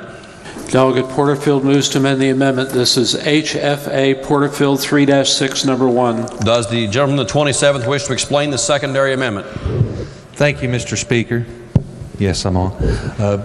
This amendment simply just adds when someone has purchased a tax sale property and they have paid all their fees, the redemptions have been sent out, and they have paid their deed fees, that once the time for the person to redeem is over, that the purchaser, after they have paid all their fees, will be able to secure the property, to keep it from being vandalized, from depreciating, and gives that lag time that the state auditor's office takes to get those deeds in, to be able to go and make sure that property is secured so that property is not defamed. This has been worked on in concordance with G. Russell Rollison from the state auditor's office, and I urge passage or adoption of the secondary amendment. The question before the House is the adoption of the secondary amendment. Are there members who wish to speak to the secondary amendment? The gentleman from the 28th, Delegate Pack. Thank you, Mr. Speaker. Sponsor yield. Thank you, sir. Would this prevent the previous owner whose property has been sold, would it bar them from the property for any time period following? It would not bar them from the property during the time that they have by law to redeem. For example, if the property had to be redeemed by March 1st, 2019, they could come on that property up till March 1st, and then their redemption time would be over. After that period of time, the person who purchased the property would then be able to apply for a deed and have to pay deed fees, which still takes probably anywhere from 15 to 30 days. So outside of their redemption period, Delegate, they would still have probably an additional 30 days, but once those fees were paid, they would not be able to come on the property. So in no way does it defraud them from their time. No way does it defraud them from what's within the bounds of the law as they see on their letters that are sent out to them. It just simply, once those times are passed, the owner or other people coming to try to destroy or vandalize that property would not be able to, and the purchaser would be able to keep their property and their investment safe. Does that answer your question? Do you have a follow-up or a comment? No, sir, thank you. Permission to speak to the secondary amendment, Mr. Speaker? The gentleman may proceed. Thank you, Mr. Speaker. Having understood this further, I would support the gentleman's secondary amendment, as it does no harm to the primary amendment nor the bill. Thank you, Mr. Speaker. Are there other members who wish to speak to the secondary amendment? The gentleman from the 32nd, Delegate Fast. Thank you, Mr. Speaker. Having dealt with this area of law some, I would support the gentleman's secondary amendment as well. It just creates clarity, and it creates some bright lines in these situations as he has described. So I would support the secondary amendment. The gentleman from the 51st, Delegate Hansen. Thank you, Mr. Speaker. Would the chair of Government Organization yield? For the Vice Chair. Was this amendment proposed in committee? It was attempted to be, but it was ruled to be not germane. Okay, is it still not germane? There was a variety of parts. This singular part was reviewed and ruled to be germane. The rest of it was not. Okay, so this is not exactly what was proposed. It's not in its entirety, no, sir. Okay, thank you. The gentleman at 36, Dr. Robinson. Thank you, Mr. Speaker. Will the Vice Chair continue to yield? Vice Chair, what's the process now on possession? Seems that this is a transfer of possession when a person purchases a tax sale property in the purchaser's possession at this point. So that's what we're talking about, right? I'm sorry, could you restate that? Basically, we're talking about the transfer of possession from the delinquent taxpayer to the tax sale purchaser, correct? Yes, but I'm told that it occurs after the redemption period has ended. Yeah, so the person has purchased the property. The gentleman suggested the auditor, but sometimes this is a purchase at the county tax sale. I believe they have 18 months to take possession, and then they have to file a deed. When the deed's filed, they take possession anyway, correct? Yes. So what are we doing here? It seems to just be doubling down that they have possession. I mean, I'm told that the time that we're talking about is between the time when redemption ends and the deed is filed. So before a person physically records a deed and takes possession of the property, we're going to give them possession prior to that? I'm told that's what the secondary amendment does. Doesn't that seem to go against the, I mean, a deed and recording at the county clerk is actually taking possession and recording possession of that property. So we're going to give them possession of that property prior to doing so? That seems to fly against any other process of real estate transfer that I know of.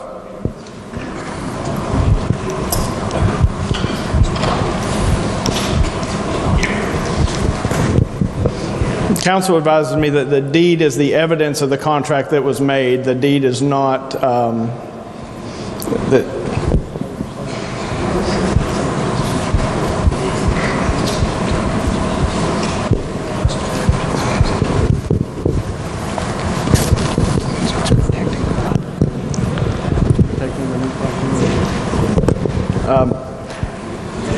I'm told that this is the evidence that this has occurred and this is a protection for the new property owner. Yeah, and I understand that. I think my question, I don't mean to get into legalities of it because I don't understand the legalities completely either. But I think my question is, now if a typical real estate purchase goes through and I put the purchase amount in escrow somewhere, or even if I pay it to the seller and we sign the deed, I take equitable title. So I have equitable title that I can sell to someone. But this would be, the scenario would be, I would give the contract, sign a contract with someone, pay the purchaser, and before that process is completed its process, I would go take possession of the house. This would be like an early possession or early occupancy of a home.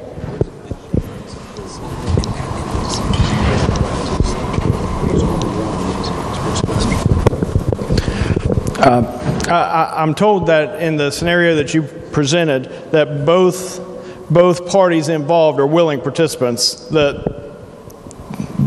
situation envisioned relative to the bill and the amendment, both parties are not willing participants. I understand that. Thank you. I'll speak to the amendment, Mr. Speaker. Yes, gentleman, may proceed. I understand the reason for the amendment. It takes some protections, such as it would be a good scenario to say you kick someone out of an apartment, and to get them out, this would let you get them out immediately so they couldn't do damage. But I think this process is a long, convoluted process. There's 18 months, maybe more in a lot of these cases, to transfer a property on a tax sale. And this would, the day they pay those fees, the person could go lock a door and lock a person out of the house when it's been 18 months of them getting to this point. It's not a long process for them to go and record that deed and take possession. You're talking about 24 hours or something for the attorney to go file those things.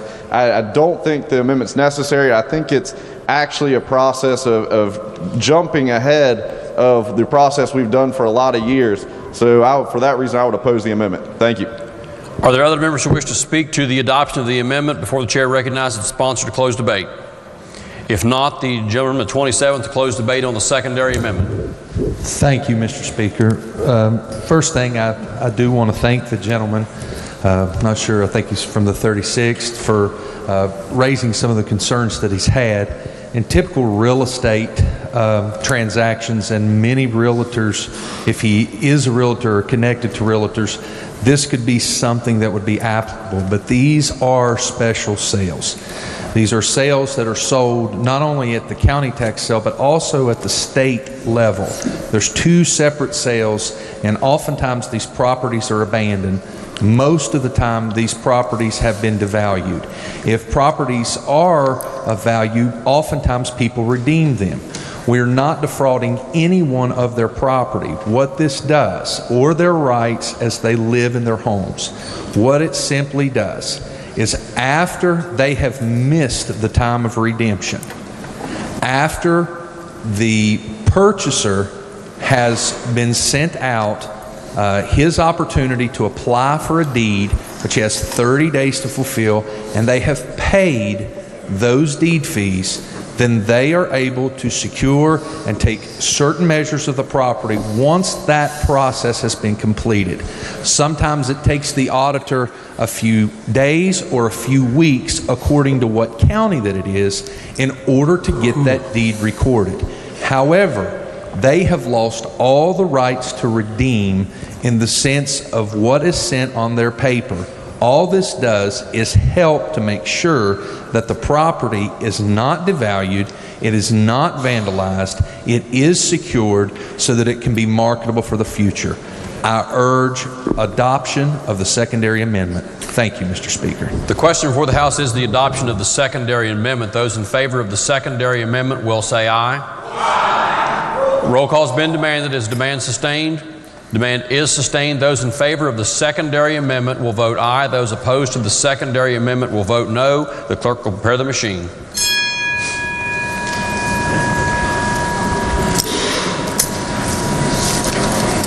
Has every member voted?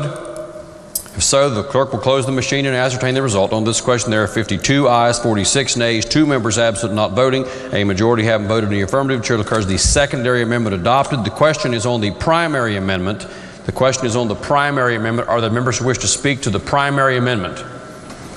If not, those in favor of the primary amendment will say aye. Aye. Those opposed will say no. Ayes have it. Chair declares the primary amendment adopted. Are there further amendments? If not, the bill will be advanced. Senate Bill 421 relating to annual legislative review of economic development tax credit. Are there amendments? If not, the bill will be advanced. Committee substitute for Senate Bill 485, clarify notification requirements for property insurance purposes. Are there amendments? If not, the bill will be advanced. Committee substitute for Senate Bill 487, relating to admissibility of healthcare staffing requirements in litigation. Are there amendments? Committee on Judiciary moves to amend the bill. This is H. Jude AM 3-5, number 1. The gentleman at 27th wish to explain the amendment. Thank you, Mr. Speaker. This bill was discussed significantly for a significant period of time in Judiciary, so I think it would be helpful to give you a little bit of background on the bill itself and then explain the Judiciary Committee amendment. This deals with actions involving allegations of medical professional liability, and it creates certain presumptions. It addresses 2 different types of evidentiary presumptions related to the question of appropriate or adequate health care facility staffing. The first is what's called a rebuttable presumption. It's an assumption made by a court that is taken to be true unless someone comes forward to contest the presumption with contrary evidence that tends to prove otherwise. For example, a defendant in a criminal case is presumed innocent until proved guilty or proven otherwise. There's also what's called a conclusive presumption, also known as an absolute presumption, sometimes called an irrebuttable presumption. That's a presumption of law that cannot be rebutted by evidence and must be taken to be the case whatever the evidence to the contrary. The bill as it came from the Senate provided that if the health care provider demonstrates compliance with the minimum staffing requirements under state law, then a conclusive presumption is established that the appropriate health care staffing was provided. And second, if the health care provider complied with minimum staffing requirements, then there is a rebuttable presumption that adequate supervision of the staff in connection with the care of patients to prevent accidents was provided. And the bill also provides that a jury would be so instructed regarding those presumptions. If the staff is less than the requirement of applicable state regulations, a rebuttable presumption arises that the patient care was inadequate and that inadequate supervision was a contributing cause of a patient's fall or the injuries or death that resulted from that fall. Now, in the Judiciary Committee, and that's what's before you, the amendment to the bill provides this: that the health care provider or facility is required to demonstrate compliance with both state and federal staffing requirements. So in other words, not just the state requirements, but the federal staffing requirements as well, before that conclusive presumption is activated. And then again, it added to the second part of that regarding the presumption with respect to inadequate staffing, that the jury would be instructed regarding that as well. That's a summary of the amendment, Mr. Speaker. I'm certainly available to answer questions. The question before the House is the amendment as just explained by the gentleman from the 27th. Are the members who wish to speak to the amendment? Yes, Mr. Speaker. Yes, lady from the 49th. Thank you. Mr. Speaker, I respectfully request that the amendment to Senate Bill 487 be rejected. As someone who has worked in many facilities that have staffing standards, the problem arises that the House Judiciary Amendment adds in federal standards, which there are no specific federal staffing standards listed, so it's causing an uncertain area. The legislation in and of itself is good because it tightens the existing Medical Professional Liability Act by providing meaningful defenses in cases where healthcare facilities are appropriately staffed as required by law. This bill is also good in that it provides a powerful disincentive for understaffing in the form of a presumption of negligence when a facility fails to meet minimum staffing requirements. As amended by the Committee in the Judiciary, a health care provider now must have evidence compliance with both the state and the federal law, but the federal law currently includes no such standard. So I think it creates a gray area, and I respectfully request rejection of the amendment. The lady from the 51st, Dr. Fleischauer. Thank you, Mr. Speaker. I support the amendment, and this was something that was very much hashed out in Judiciary. The AARP is very concerned about this legislation. And one of the things they pointed out is that the Center for Medicare and Medicaid Services, this relates mostly to nursing homes, has minimum staffing standards. What's proposed in this bill is a table that says the nursing standards are 2.25 hours per resident, and that it can be combined between a licensed, an LPN and an RN. So that's 2.25 hours per resident per day.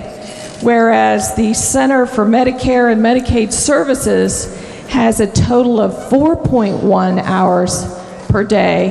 And that would be 2.8 for nurse aides and a guaranteed 1.3 for RNs and 0.75 for, 1.3 for RNs and LPNs and 0.75 for RNs. This is something that all nursing homes, if they are going to be accepting Medicaid and Medicare, which I don't know if there are any that don't, have to already abide by. It's not confusing. It's what, and I think if we're going to, this is a relief from liability. So I don't know about the rest of you, But my father was in a nursing home, and they do have staffing problems. And if it's your father, your grandfather that falls, you're going to want the safer standards, which would be increased hours by nurses and LPNs. So I strongly urge adoption of this amendment that was adopted by the Judiciary Committee. The gentleman, the 41st, Doggett Hill. Thank you, Mr. Speaker. I rise in opposition to this amendment. SB 487 would not allow healthcare facilities to provide substandard care to residents, as the letter from AARP suggests that the lady just spoke of. In fact, the staffing requirements provided in state law are almost always exceeded by long-term care providers. Importantly, the staffing numbers referenced in the letter from AARP, many of you received, are not actually federal law, but rather are arbitrary suggestions from an 18-year-old study. In reality, SB 487 simply states that a facility cannot be sued for providing inappropriate staffing when it meets actual state law requirements. And I'll repeat that, actual staffing requirements that are in state law. And although this bill applies to all healthcare facilities, that attention seems to be on nursing homes, so that's where I will focus my comments. Please consider this anecdote provided by one of our fellow legislators across the way in the Senate. This legislator's sister was in a nursing home. She was understandably prideful and didn't want to admit that she needed assistance using the bathroom. One day, this dignified lady needed to use the facilities but decided she didn't need to use her call button to ask for help. She got out of bed and she fell. Though unquestionably unfortunate, I stress to you that no matter how the nursing home was staffed or how many hours a day that resident was supervised, that fall could not have been prevented by the nursing home or its staff, and they should not be punished in our court system for that. People tend to forget that a nursing home is just that, a home. Residents are entitled to and deserving of privacy and dignity. Our local nursing homes offer that while also providing the care that their residents require. I've witnessed this firsthand as I have worked in and around nursing homes for over a decade, and my mother has been a nursing home administrator for over 30 years. I ask you please support our healthcare providers by voting against this amendment. Thank you. The gentleman, the 20th, Doggett Brown. Thank you, Mr. Speaker. There's been some discussion of this 487 and what happened in the Judiciary Committee. The amendment before you from the Judiciary Committee, I will remind you, was bipartisan. While I proposed the amendment, there was a member, a delegate from the 59th, who signed on and co-sponsored that. We're all aware that Democrats are in the minority here, so just sponsorship or delegate sponsorship was not enough. There were other people from the other side of the aisle that came along and voted for our amendment. I just want to make sure everyone's clear from the legal jargon as to what would happen if we strip out the federal law. Under this proposed legislation, there was an example given in Judiciary where there were 6 healthcare providers for every 3 to 10 patients that were in this facility. Under the proposed bill, if we take out the federal law, it would be irrelevant what those 6 people were doing. It would be irrelevant if that was adequate staffing. What would be relevant is there were a clocked-in number of bodies in that facility with regards to the number of patients that they have. If we take out the federal law from this judiciary amendment, one could be in compliance with federal law or state law while concurrently violating the federal law. We're not trying to take away the conclusive presumption from any entity here. And to be clear, for those who may be uncertain, conclusive presumption means that it's irrebuttable. It means that if, in my example, if there are 6 people at that nursing home who are providing care, we're using nursing homes as an example, you have no ability to present any evidence that the federal laws were violated, because the presumption is conclusive. You can't rebut it. The healthcare facility automatically wins because they had a finite number of people at the facility based on some chart we were given in judiciary. All we're asking is that the federal law be adhered to. As my friend from the 51st pointed out, many of these facilities receive Medicare and Medicaid. I mean, they have to follow federal law. Without our amendment, that just simply wouldn't be true. You know, we sit in committees and in this body and we pass a lot of law that sometimes is, I won't say it's not important, but maybe it doesn't affect us. This will affect you if it goes through without the federal law amendment. If it's your parent or your grandparent or your loved one that's in one of these facilities and they're aggrieved or injured and they try to bring certain claims based on staffing, and then no matter what these people are doing, and you fall back on the staffing requirement from a chart that tells you we had X amount of people for X amount of patients, sorry about your luck, and then you have no ability to bring in the federal counterpart law to show that there was actually not adequate staffing at the facility based on patient care. Now keep in mind, as many of the medical professionals know in here, a patient's acuity levels can change from day to day. They can change from hour to hour. I mean, what may be adequate for 6 people today may not be adequate for 6 people tomorrow.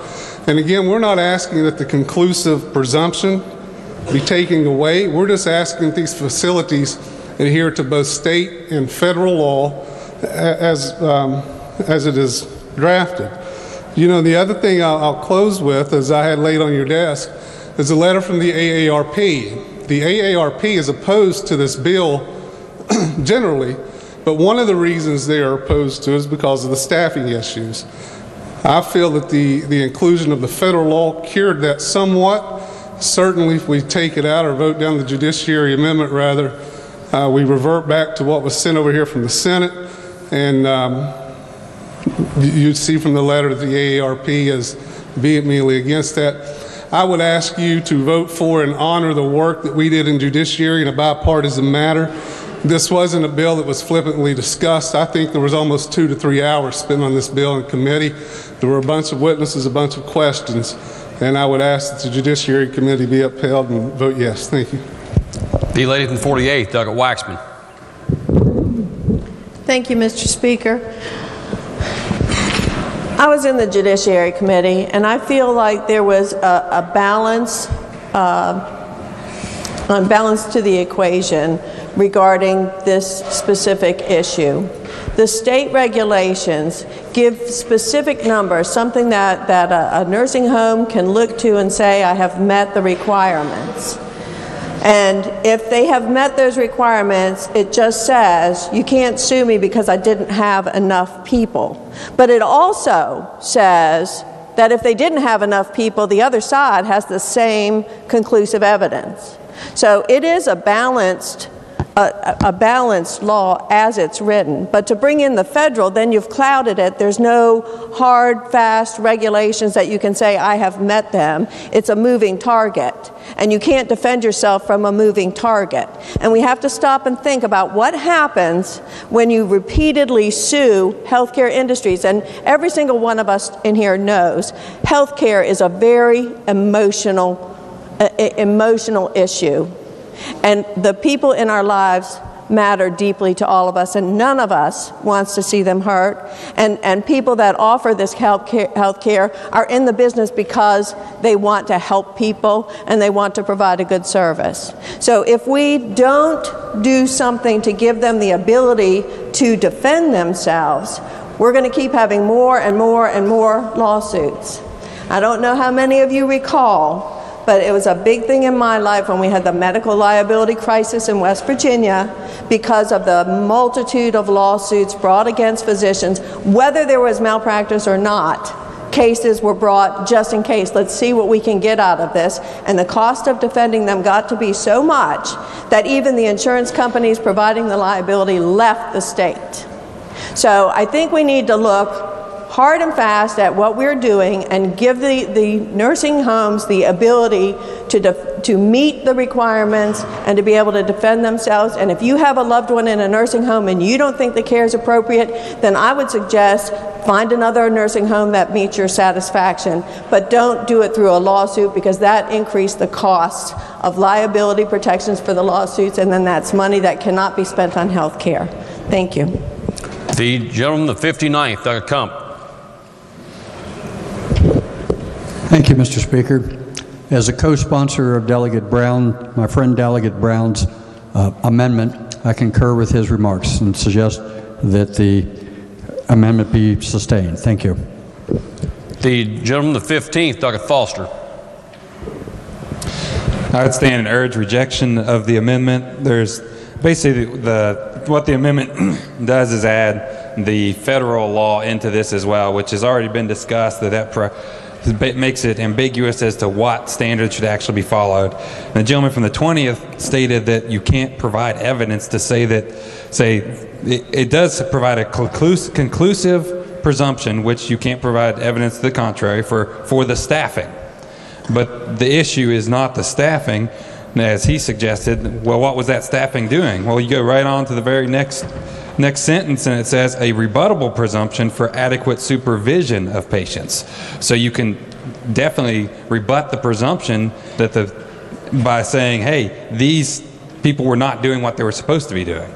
So you still have the ability for evidence under that, and there's actually two separate sets of evidence. It's not just staffing, it's staffing and adequate supervision. So I would urge rejection of the Judiciary Amendment. The gentleman, the 16th, Doug Linville. Thank you, Mr. Speaker. Would the Chair of Judiciary yield for a moment for a question? Yes. I need an attorney's advice here for a second. I'll see if I can find one for you. On the first page of the amendment, subsection C, it says, if staffing is less than the requirements dictated by state and federal law, then there is a rebuttable presumption that there was an inadequate supervision of patients, and that inadequate staffing or inadequate supervision was a contributing cause of the patient's fall and injuries or death arising therefrom, and the jury shall be instructed accordingly. So me not being an attorney, my question for you is, what that states is that if for any reason they're below this number, and we had an example here from the gentleman where someone didn't call for a nurse or for assistance or something like that, that it is presumed that it was the fault of the staffing level or the supervision there, even if the facts as he presented were the case. Is that accurate? Yes. Are you referring to the rebuttable presumption? Yes. There is a presumption that that was the cause. Obviously, causation is always an issue in any case. Okay. But this brings you closer to that issue. The jury could still decide the inadequate staffing or inadequate supervision was not the cause of the injury, but this gives you a presumption that it was. In a court in this state, how do you get to the point to where you've rebutted a presumption? What is the legal standard there for being able to prove that was not the case? How do you rebut that? Evidence is presented to the jury, which they feel, as a body, overcomes that presumption. If you think of it sort of in the terms of the scales, the presumption gives you a little bit more weight on your scales, but if there's evidence to rebut that and the scales tip the other way, then the jury is going to find that that's overcome. But it's not an objective test. It's whatever evidence the jury, the fact that it's rebuttable means that a party that doesn't want to rely on that presumption, the opposite party, can present evidence to challenge that presumption. And if that evidence is sufficient to convince the jury to overcome the presumption, then it rules the other way.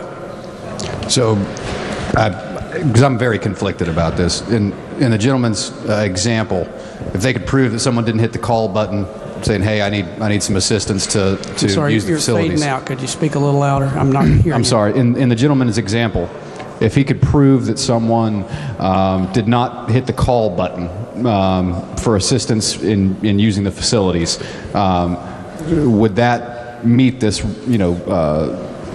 the standard for rebutting this presumption? It could, if the jury accepts that as true and thinks that that negates the presumption, it could, sure. All right, thank you. That's all I have. The gentleman to 35th, Doug Nelson.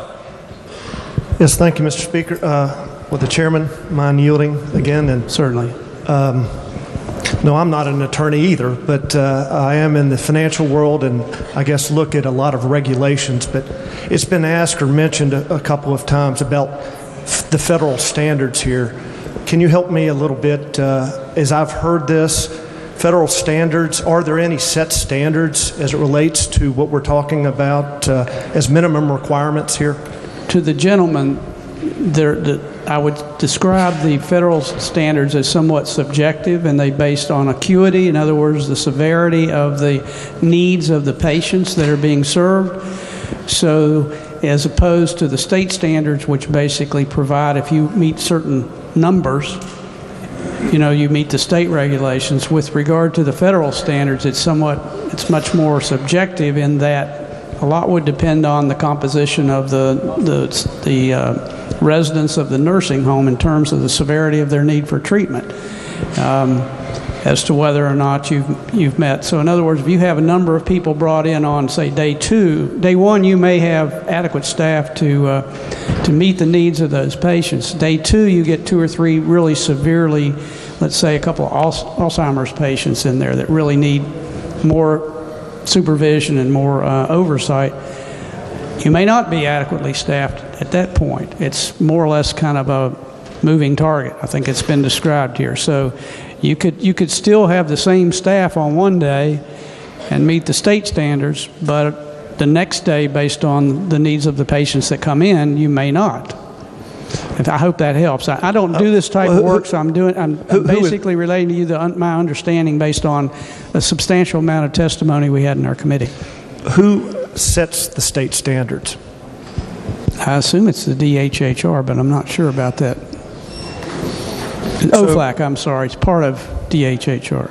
So a combination of the DHHR who regulates the nursing homes, maybe the stakeholders are somewhat involved in those, but is it safe to say that our state standards are higher than the federal maybe minimum, that are more of a qualitative as opposed to a quantitative standard?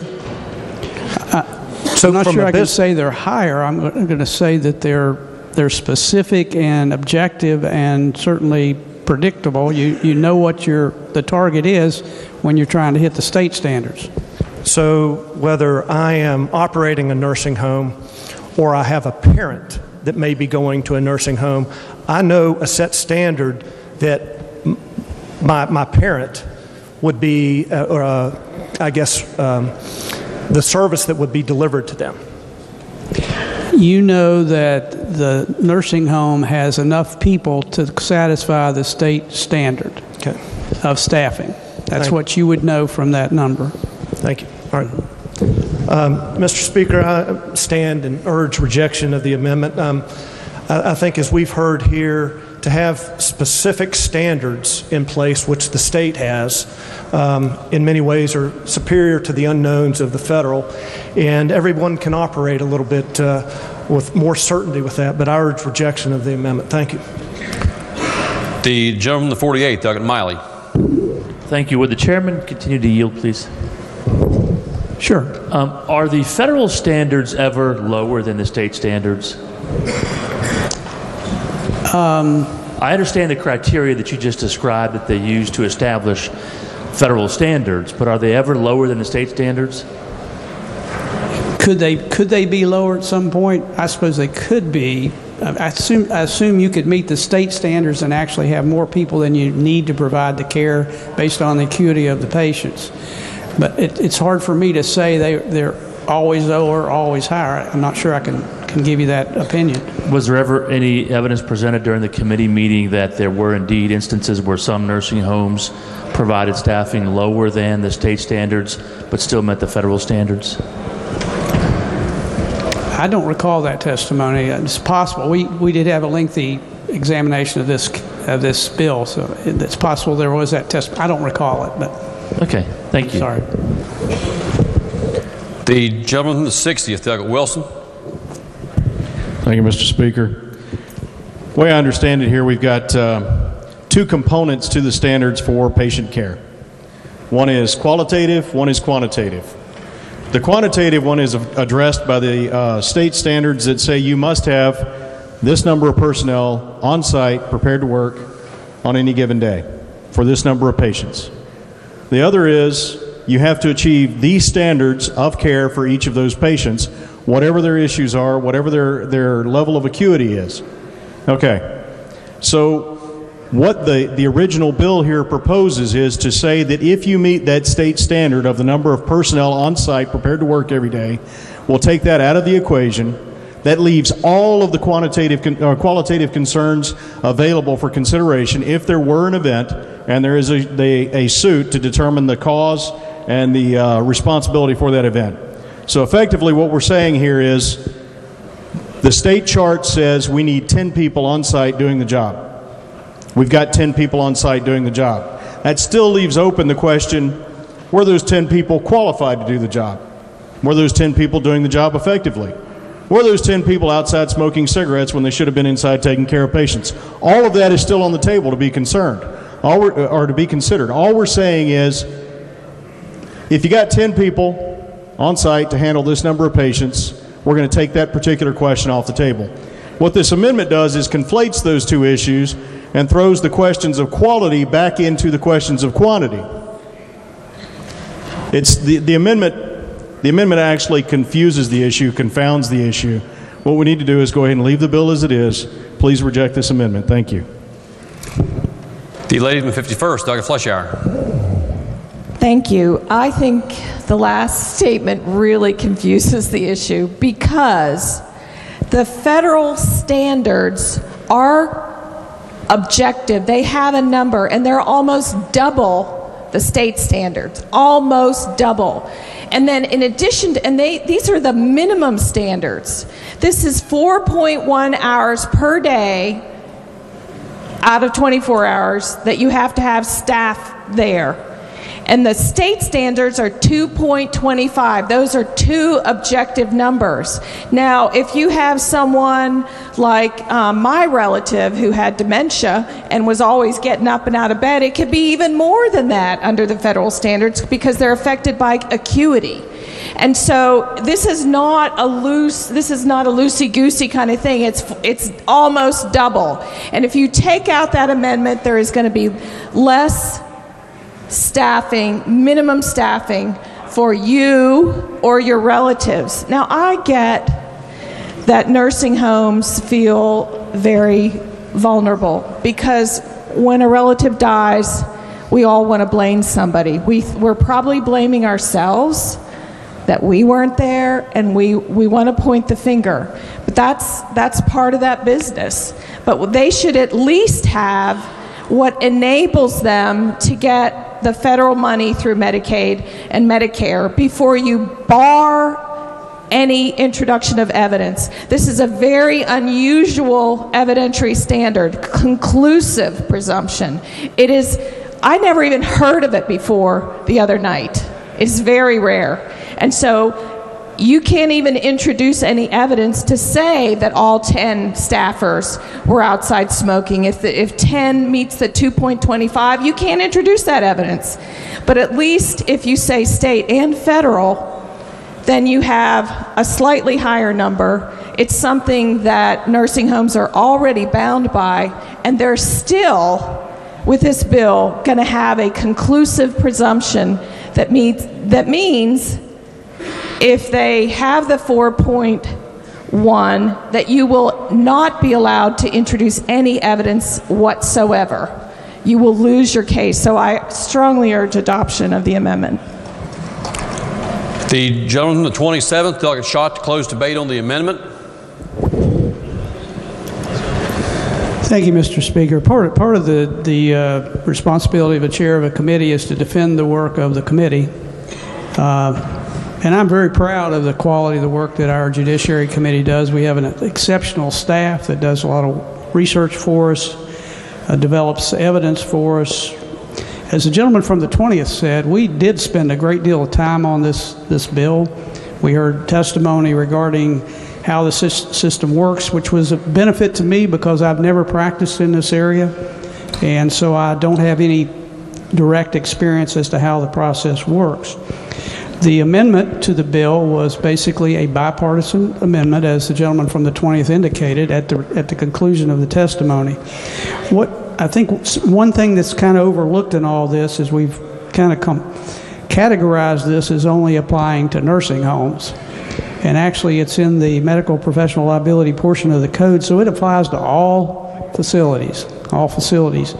Not all facilities have the same regulations and requirements, and most of the discussion today has dealt with nursing homes, which do have both state requirements as to staffing and federal requirements. But the federal requirements are categories of staffing requirements based on the, as I understand this, based on the acuity of the patient. So that number that we're talking about could change from day to day based on the composition of the patients that are there. So while you might be in compliance with the federal and the state requirements on one day and compliance with the state requirements the next day, you may not be in compliance with the federal requirements if the composition of your patients changes. The bill itself does have, as the gentleman from the 60th indicated, two components as part of the process in any lawsuit. You have the staffing issue, which the original bill from the Senate attempted to reduce simply to the state number, but you also have the supervision issue, that the rebuttable presumption, you can produce evidence to overcome that. Really, basically embedded in this whole issue is a policy question that the legislature will have to address as to how much protection we want to provide to one side of the equation or the other. My own personal experience with my parents, my mother was in a nursing home for a while before she passed away. She was also cared for at home. My father, we were able to keep him at home until he passed away. We had caregivers round the clock with him, and he still fell on occasion. So it's a really difficult situation. The way the bill comes down now, it basically provides protection for those in the business of the nursing home that would make it more difficult for as a practical matter, make it more difficult for a plaintiff to pursue his or her claim. So there you have it. I think the committee did good work. I think we heard from all sides of the issue, and we came up with a resolution that I think is reasonable under the circumstances in view of the policy concerns that we had. I would urge its adoption.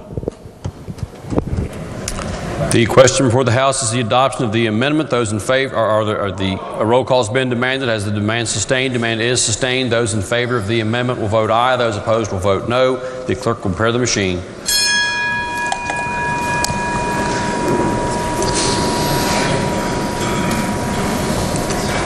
Has every member voted? If so, the clerk will close the machine and ascertain the result. On this question, there are 54 ayes, 45 nays, one member absent, not voting. Majority haven't voted in the affirmative. Chair declares the amendment adopted. Are there further amendments? If not, the bill will be advanced. Next bill on second reading. Senate Bill 493, correcting terminology referring to racing vehicles illegally on street. Are there amendments? If not, the bill will be advanced. Committee substitute for Senate Bill 496, transferring authority to regulate milk from DHHR to Department of Agriculture. Are there amendments? Committee on Government Organization moves to amend the bill. This is HGO AM 3-4. The gentleman from the 28th, Delegate Pack, to explain the amendment. Thank you, Mr. Speaker. The purpose of Senate Bill 496 is to transfer the authority to regulate milk from the Department of Health and Human Resources to the Department of Agriculture. This amendment removes the automatic expiration of legislative rules so they will remain in effect until superseded by the Department of Agriculture. Mr. Speaker, I urge its adoption.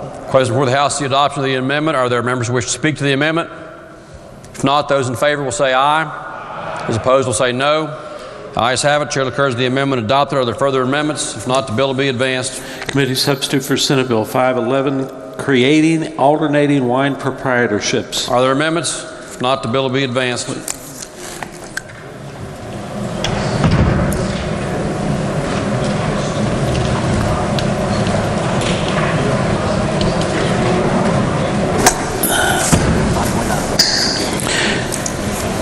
Committee Substitute for Senate Bill 529, Clarified Provisions of Non-Intoxicating Beer Act. Are there amendments? Delegate Howell moves to amend the bill. This is HFA Howell 3-5. The gentleman of 66, Delegate Espinoza, is recognized to explain the amendment. Thank you, Mr. Speaker. This amendment is purely technical in nature, fixing grammar and adding missing underlines in the text. I urge adoption of the amendment. The question before the House is the adoption of the amendment as just explained by the gentleman of the 66th. Are there members who wish to discuss the amendment? If not, those in favor will say aye. Those opposed will say no. Ayes have it. Chair declares the amendment adopted. Are there further amendments? If not, the bill will be advanced. Senate Bill 566, relating to compensation for state athletic commission members. Are there amendments? Committee on Government Organization moves to amend the bill. This is HGOAM 3-5. The gentleman of the 28th, Delegate Pack, to explain the amendment. Thank you, Mr. Speaker. This bill authorizes the Athletic Commission to compensate its members for attending the meetings. The amendment raises the amount from $100 to be equal to that of the legislative per diem rate and removes the $1,500 cap. Mr. Speaker, I urge its adoption. The question before the House is the adoption of the amendment as just explained by the gentleman from the 28th. Are there members who wish to speak to the amendment? The gentleman of the 10th, Delegate Kelly. Mr. Speaker, I'd ask for Rule 49 before we vote on this amendment because I have been a licensed judge with the Athletic Commission. Is the delegate a member of the Athletic Commission? Pardon me? Are you a member of the Athletic Commission itself? No. If not, then the chair would rule you would be a member of a class of greater than 5 and therefore would be exempt or would be directed to vote. Are there other members who wish to speak to the adoption of the amendment as explained by the gentleman from the 28th? If not, those in favor of the amendment will say aye. Those opposed will say no. The ayes have it. Chair declares the amendment adopted. Are there further amendments? If not, the bill will be advanced. Senate Bill 596, adjusting voluntary contribution amounts on certain DMV forms. Are there amendments? Committee on Finance moves to amend the bill. This is HFIN AM number 13-2. The gentleman of the 10th, Delegate Chris, is recognized to explain the amendment. Thank you, Mr. Speaker. Good afternoon, ladies and gentlemen. This bill has a code conflict with House Bill 2532. A committee strike and insert amendment has been prepared to strike the entire bill and insert all the language found in committee substitute for House Bill 2532, which passed the House last week and presently in the Senate Transportation and Infrastructure Committee, with a second reference to Senate Finance.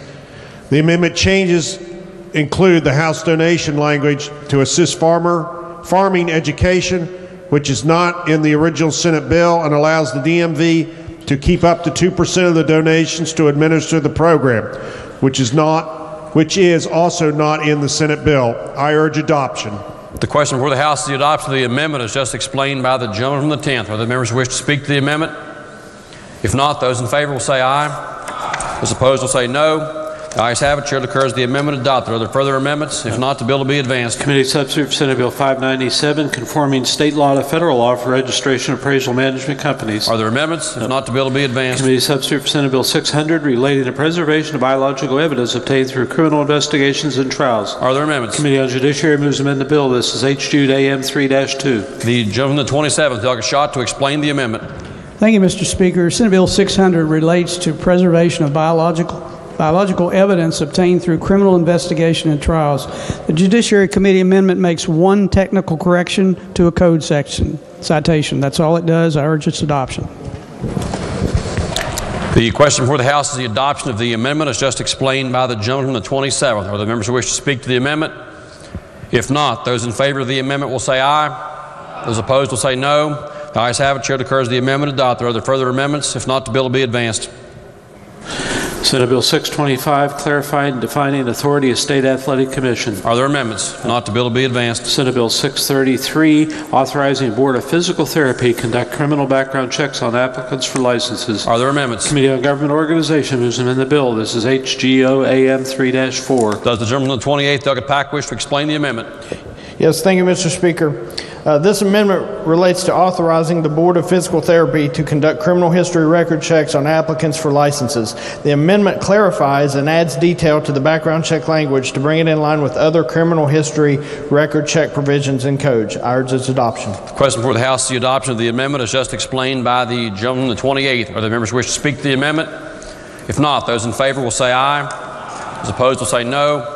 Ayes have it. Chair declares the amendment adopted. Are there further amendments? If not, the bill will be advanced. Senate Bill 655 relating to conservation districts generally. Are there amendments? If not, the bill will be advanced. Committee substitute for Senate Bill 657 providing consumer protection regarding self-propelled farm equipment. Are there amendments? If not, the bill will be advanced. Senate Bill 658 relating to motor vehicle salesperson licenses. Are there amendments? If not, the bill will be advanced. Senate Bill 672 authorizing school building authority to promulgate legislative rules. Are there amendments? If not, the bill will be advanced. Senate Bill 673 relating to public higher education accountability and planning. Are there amendments? Delegate Hamrick moves to amend the bill. This is HFA Hamrick 3-6 number 1. Does the gentleman, the 48th Delegate Hamrick, wish to explain the amendment? Thank you, Mr. Speaker. This amendment simply is a strike and insert to the bill. Simply the changes from the Senate bill would be adding Fairmont State University and Shepherd University as exempted schools to be included in the list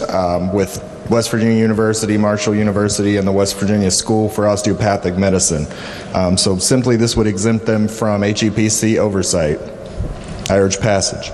The question before the House is the adoption of the amendment as just explained by the gentleman from the 48th. The lady from the 50th, Delegate Longstreth. Thank you, Mr. Speaker. I'm standing to support this amendment. We do have our president up in the South Gallery, Dr. Martin, who came all the way from Fairmont this morning to support this amendment. And I would ask all of you to support this. That this is not affecting everyone, but this is affecting our district, and Fairmont State is definitely for being exempted from the HEPC. They do not use any of their services, so therefore I asked you to support them to be exempted. Thank you. The gentleman, the 16th, Delegate Hornbuckle. Thank you, Mr. Speaker. I heard the gentlelady from the 50th, but would the chairman please yield? Chairman, yield for a question. Thank you. What was the reasoning for these two schools being exempted? Both of these schools, I know over the past few years, have requested to be exempted. Fairmont State, I know, uses no services from HEPC. They are the third largest university in the state. Currently, the top two, Marshall and WVU, are already exempt from this. Thank you. Are there other members who wish to speak to the adoption of the amendment? If not, the question before the House is the adoption of the amendment. Those in favor of the amendment will say aye. Aye. Those opposed will say no. The ayes have it. Chair declares the amendment adopted. Are there further amendments? If not, the bill will be advanced. Senate Bill 676 relating to off-road vehicle recreation. Are there amendments? If not, the bill will be advanced. Are there further bills on second reading? If not, bills on first reading. Senate Bill 16 authorizing expenditure of surplus funds by Wyoming County Commission. Bill will be advanced. Committee substitute for Senate Bill 30 eliminating tax on annuity considerations collected by life insurer. Bill will be advanced. Senate Bill 36 allowing adjustment of gross income for calculated personal income liability for certain retirees. Bill will be advanced. Committee substitute for Senate Bill 40 establishing military service members corps program. Bill will be advanced. Committee substitute for Senate Bill 103 relating generally to public defender services. Bill will be advanced. Committee substitute for Senate Bill 147 shifting funding from landfill closure assistance fund to local solid waste authorities. Bill will be advanced. Committee substitute for Senate Bill 152 relating generally to criminal offense expungement. Bill will be advanced. Committee substitute for Senate Bill 264 requiring courts to order restitution to crime victims where economically practicable. Bill will be advanced. Committee substitute for Senate Bill 291 relating generally survivor benefits for emergency response providers. Bill will be advanced. Committee substitute for Senate Bill 329 relating to agricultural education in high schools. Bill will be advanced. Committee substitute for Senate Bill 340 repealing obsolete provisions of code relating to West Virginia Physicians Mutual Insurance Company. Bill will be advanced. Committee substitute for Senate Bill 369 relating to generic drug products. Bill will be advanced. Committee substitute for Senate Bill 396 waiving occupational licensing fees for low-income individuals and military families. Bill will be advanced. Committee substitute for Senate Bill 390 398 relating to compensation for senior judges. Bill will be advanced. Senate Bill 461 providing for personal income tax withholding on certain lottery winnings. Bill will be advanced. Senate Bill 499 amending West Virginia tax laws to conform to changes in partnerships for federal income tax purposes. Bill will be advanced. Committee substitute for Senate Bill 502 exempting sales of investment metal bullion and coins. Bill will be advanced. Committee substitute for Senate Bill 538 relating to West Virginia Highway Design Build Pilot Program. Bill will be advanced. Committee substitute for Senate Bill 539 relating to accrued benefit of retirees of West Virginia State Police Retirement System Plan B. Bill will be advanced. Committee substitute for Senate Bill 543 relating generally to automobile warranties and inspections. Bill will be advanced. Senate Bill 550 declaring certain claims to be moral obligations of the state. Bill will be advanced. Committee substitute for Senate Bill 561 permitting alcohol beverage control administration request assistance of local law enforcement. Bill will be advanced. Committee substitute for Senate Bill 601 relating to mandatory supervision of adult inmates. Bill will be advanced. Committee substitute for Senate Bill 603 exempting certain activities from licensing requirements for engaging in business of currency exchange. Bill will be advanced. Committee substitute for Senate Bill 613 requiring DNR include election of organ donation on hunting licenses. Bill will be advanced. Committee substitute for Senate Bill 622 relating generally to regulation and control of financing elections. Bill will be advanced. Committee substitute for Senate Bill 632 improving student safety. Bill will be advanced. Committee substitute for Senate Bill 640 regulating sudden cardiac arrest prevention. Bill will be advanced. Senate Bill 656 relating to electronic filing of tax returns. Bill will be advanced. Senate Bill 665 allowing for expedited oil and gas well permitting. Bill will be advanced. Senate Bill 669 allowing appointment of commissioners to acknowledge signatures. Bill will be advanced. Senate Bill 670 relating to West Virginia College prepaid tuition savings program. Bill will be advanced. Are there further bills on first reading? If not, lady from the 49th. Thank you, Mr. Speaker. Subject to announcements, I move the House stand in recess until 4:30. Lady from the 49th moves that subject to announcements, the House stand in recess until 4:30. Are there announcements? The gentleman from the 10th, Chris.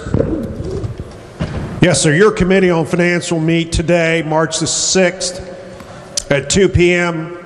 The agenda will be posted. The gentleman from the 35th, Doug Capito. Thank you, Mr. Speaker. The Committee on the Judiciary will meet today at 2 p.m. to review resolutions that are part of the posted agenda in the committee room. Thank you. The gentleman from the 10th, Doug Chris. Excuse me, sir. Republicans for the Finance Committee will caucus in the chairman's office 10 minutes prior to the meeting. Thank you. The gentleman from the 21st, Doug Dean. Thank you, Mr. Speaker. Just a reminder, your Committee on Education will meet today at 2 p.m. in the Education Committee room to review resolutions. The agenda is posted. The gentleman from the 28th, Doug Pack.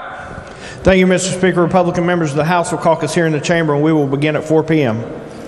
The gentleman from the 9th, Doug Holland. Thank you, Mr. Speaker. Unanimous consent to return to the second order of business for purpose of introduction. Gentleman may proceed. Thank you, Mr. Speaker. Today we have a repeat doctor. For the third time, please welcome Dr. Marianne Maurer from Charleston.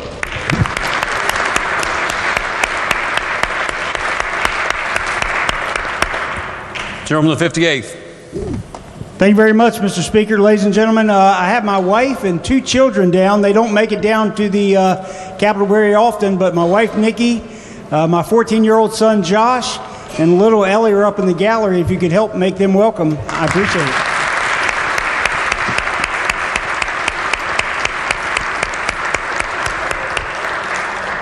Lady from the 51st, Dr. Fleischauer. Thank you. I just want to make sure everybody knows that today is the ice cream social that is put on every year by the West Virginia Developmental Disabilities Council. And for those of you who aren't aware, it's fresh homemade ice cream. It's really good. If you're in committee, you should sneak down and get some.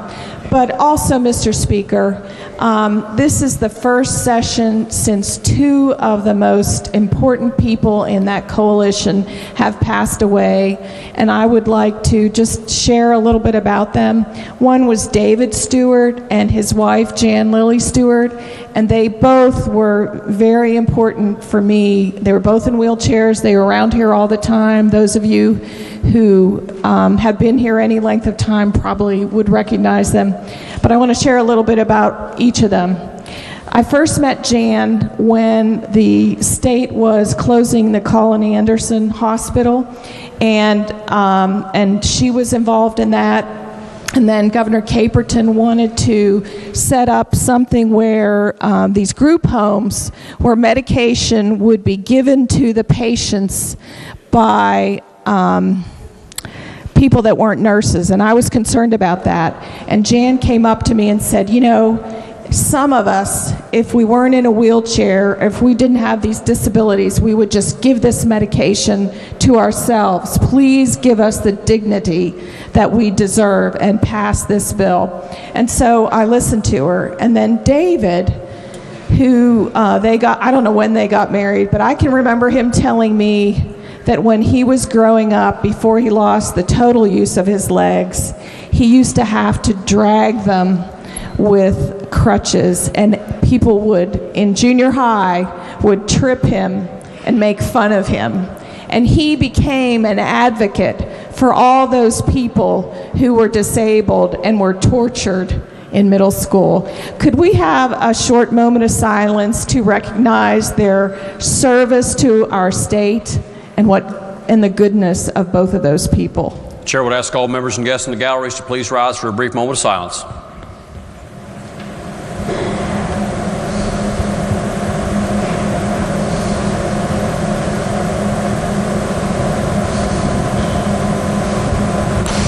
Members and guests may be seated.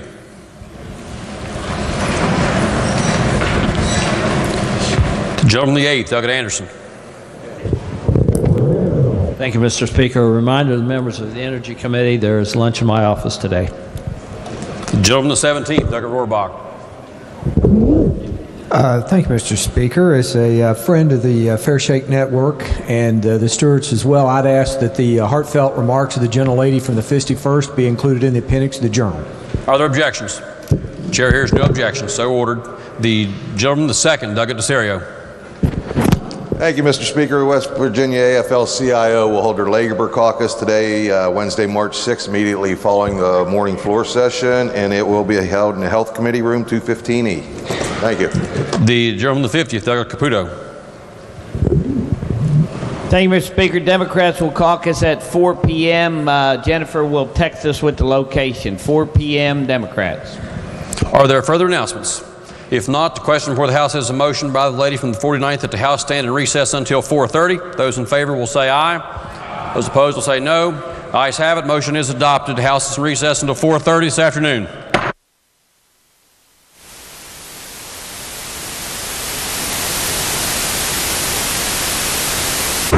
Senate will please come to order. The Senate will please come to order. All those not having privileges of the floor will please vacate the chamber.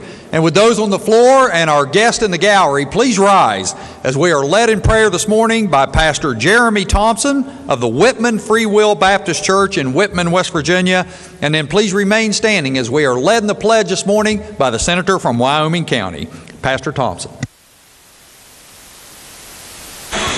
Dear Heavenly Father, Lord, we come to you this day, Lord, with thankful hearts and grateful hearts, Lord. Thankful, Lord, for another day of life that you've given each and every one of us, Lord. Thankful, Lord, for the strength and the ability, Lord, that you've given each and every one to come and gather here today, Lord. And God, Lord, as we come to you today, we're most thankful, Lord, for your Son, Jesus Christ, and what he done on Calvary's tree, Lord, for our sins. And God, we ask you today, Lord, that you touch the men and women in this Senate, Lord, that you touch them and bless them, God, in a mighty way. Lord, you've called them to be in a position, Lord, to be leaders of this state.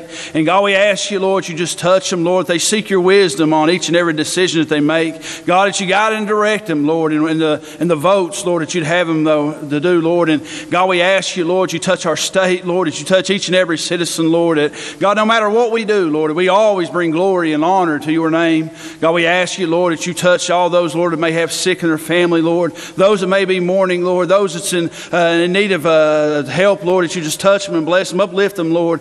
Just spread out your love, your grace, your kindness, and your mercy to each and every one. Lord, bless this day and the days to come, Lord, that we'll always bring glory and honor to your name. We love you, we praise you, we thank you, Lord, for all that you do. In Jesus' holy name we do pray. Amen. Amen. Thank you, Pastor Thompson. The Senator from Wyoming County. Would everyone in this body and in the gallery please join me in saying the pledge to the greatest country in the world. Thank you. I pledge allegiance to the flag of the United States of America and to the republic for which it stands, one nation under God, indivisible, with liberty and justice for all. Thank you. You may be seated. Reading of the Journal. West Virginia Legislature, Senate Journal, March 5th, 2019. The Senate met at 11:15 The a.m. senator from Harrison County requests unanimous consent that further reading of the Journal be dispensed with and that it be approved as having been read. Is there objection? Chair hears none, so ordered. Introduction of guest.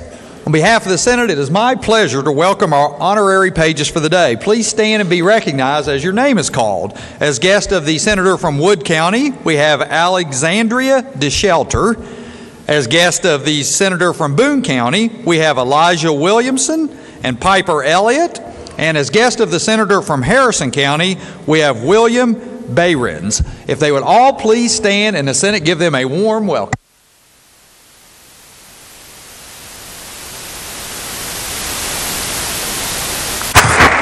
Thank you. You may be seated.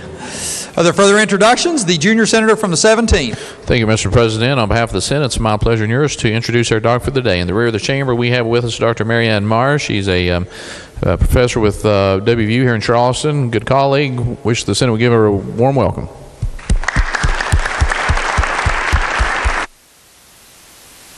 Senator from Boone County. Thank you, Mr. President. Chaperoning our honorary pages from Wayne Middle today is the mother, April Williamson, and Natalie Elliott. If they would stand, the Senate give them a warm welcome.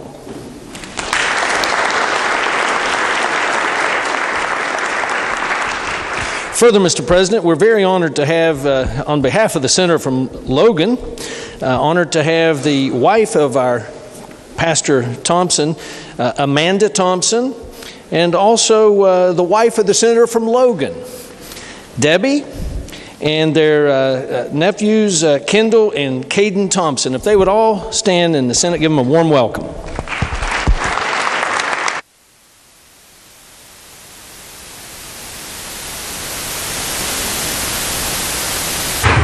The senator from Wood County. Thank you, Mr. President. On behalf of the senior senator from the 3rd, Alexandra DeShelter's stepdaddy's in the audience, but I just want to give a special warm welcome to Alexandra. I've known her mommy since she was this high, and her granddaddy and grandma are in my adult Sunday school class, and her grandma is the choir director at our church, and phenomenal talent and great people, great family. So with her today is her stepdaddy, Russ Philpott, and I'm not sure where you are, Russ, but there he is. Good. Stand up, and if the Senate would make him feel welcome. The junior senator from the 4th. Thank you, Mr. President. On your behalf, I would like to introduce and welcome the Putnam County 4-H clubs. The Putnam County 4-H Extension agent is here, Scott Bayers, if you can stand up, right over here in the North Gallery. And he's also here today with 5 clubs, the Bee Ridge Bears. Are they here with you? Now, Bee Ridge Bears, stand up. The County Critters. Cow Creek High Strivers. Winfield Scots. And Trailblazers. Can you please give them a warm Senate welcome?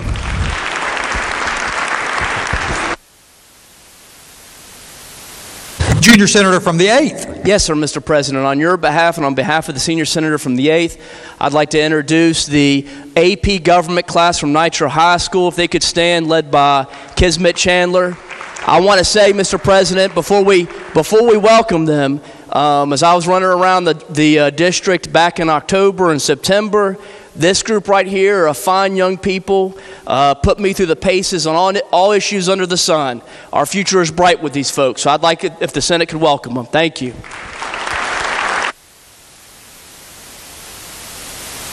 Senator from Marshall County. Thank you, Mr. President. I have 2 introductions on behalf of you and the senator from Wetzel. Our page coordinator is John Giovingo V. Well, John Giovingo IV, his father, is in the audience up in center field today, and I'd like to welcome him to the Senate. Please make John welcome.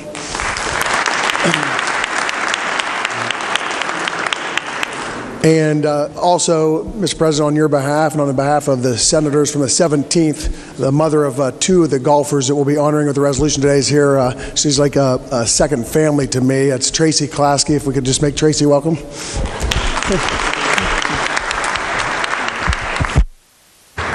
The senator from Jefferson County. Thank you, Mr. President. I would like to introduce everyone to my oldest, Catherine. She is in spring break from college, and she is here in the rear gallery. Will the Senate please make her welcome?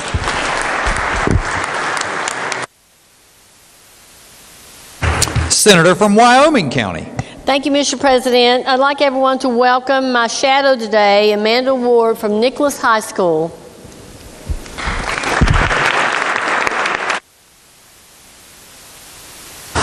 The senator from Harrison County. Thank you, Mr. President. On behalf of my senior senator from Braxton, you, sir, I'd like to first welcome the father of one of our pages today. The Senate will please come to order. The Senate will please come to order. Are there further bills on third reading? No, sir. Bills on second reading? Engrossed committee substitute for House Bill 2001 relating to exempting Social Security benefits from personal income tax. Second reading of the bill. Are there amendments to the bill? Yes, sir. The Committee on Finance moved to amend the bill on the page 4, senior senator section from the 15th. 12. Thank you, Mr. President. I have requested unanimous consent to explain the amendment in lieu of having it read. Is there objection? Chair hears none. Senator may proceed. Thank you, Mr. President. Before I actually explain the amendment, I'm going to explain a little bit about what the bill does so that you can understand the amendment. This bill would create a state tax exemption for Social Security benefits. Currently, West Virginia taxes Social Security benefits the same way that are taxed at the federal level. Incomes below $25,000 for an individual and $32,000 filing jointly are completely exempt from taxation. Incomes above those thresholds are taxable. This bill would eliminate that.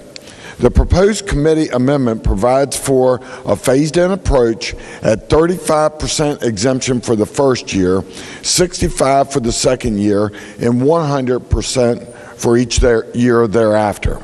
The amendment also provides for a cap of $100,000 of the federally adjusted gross income for a couple filing jointly and $50,000 for a person filing single. The amendment would also incorporate the provisions of Senate Bill 472 to avoid a code conflict.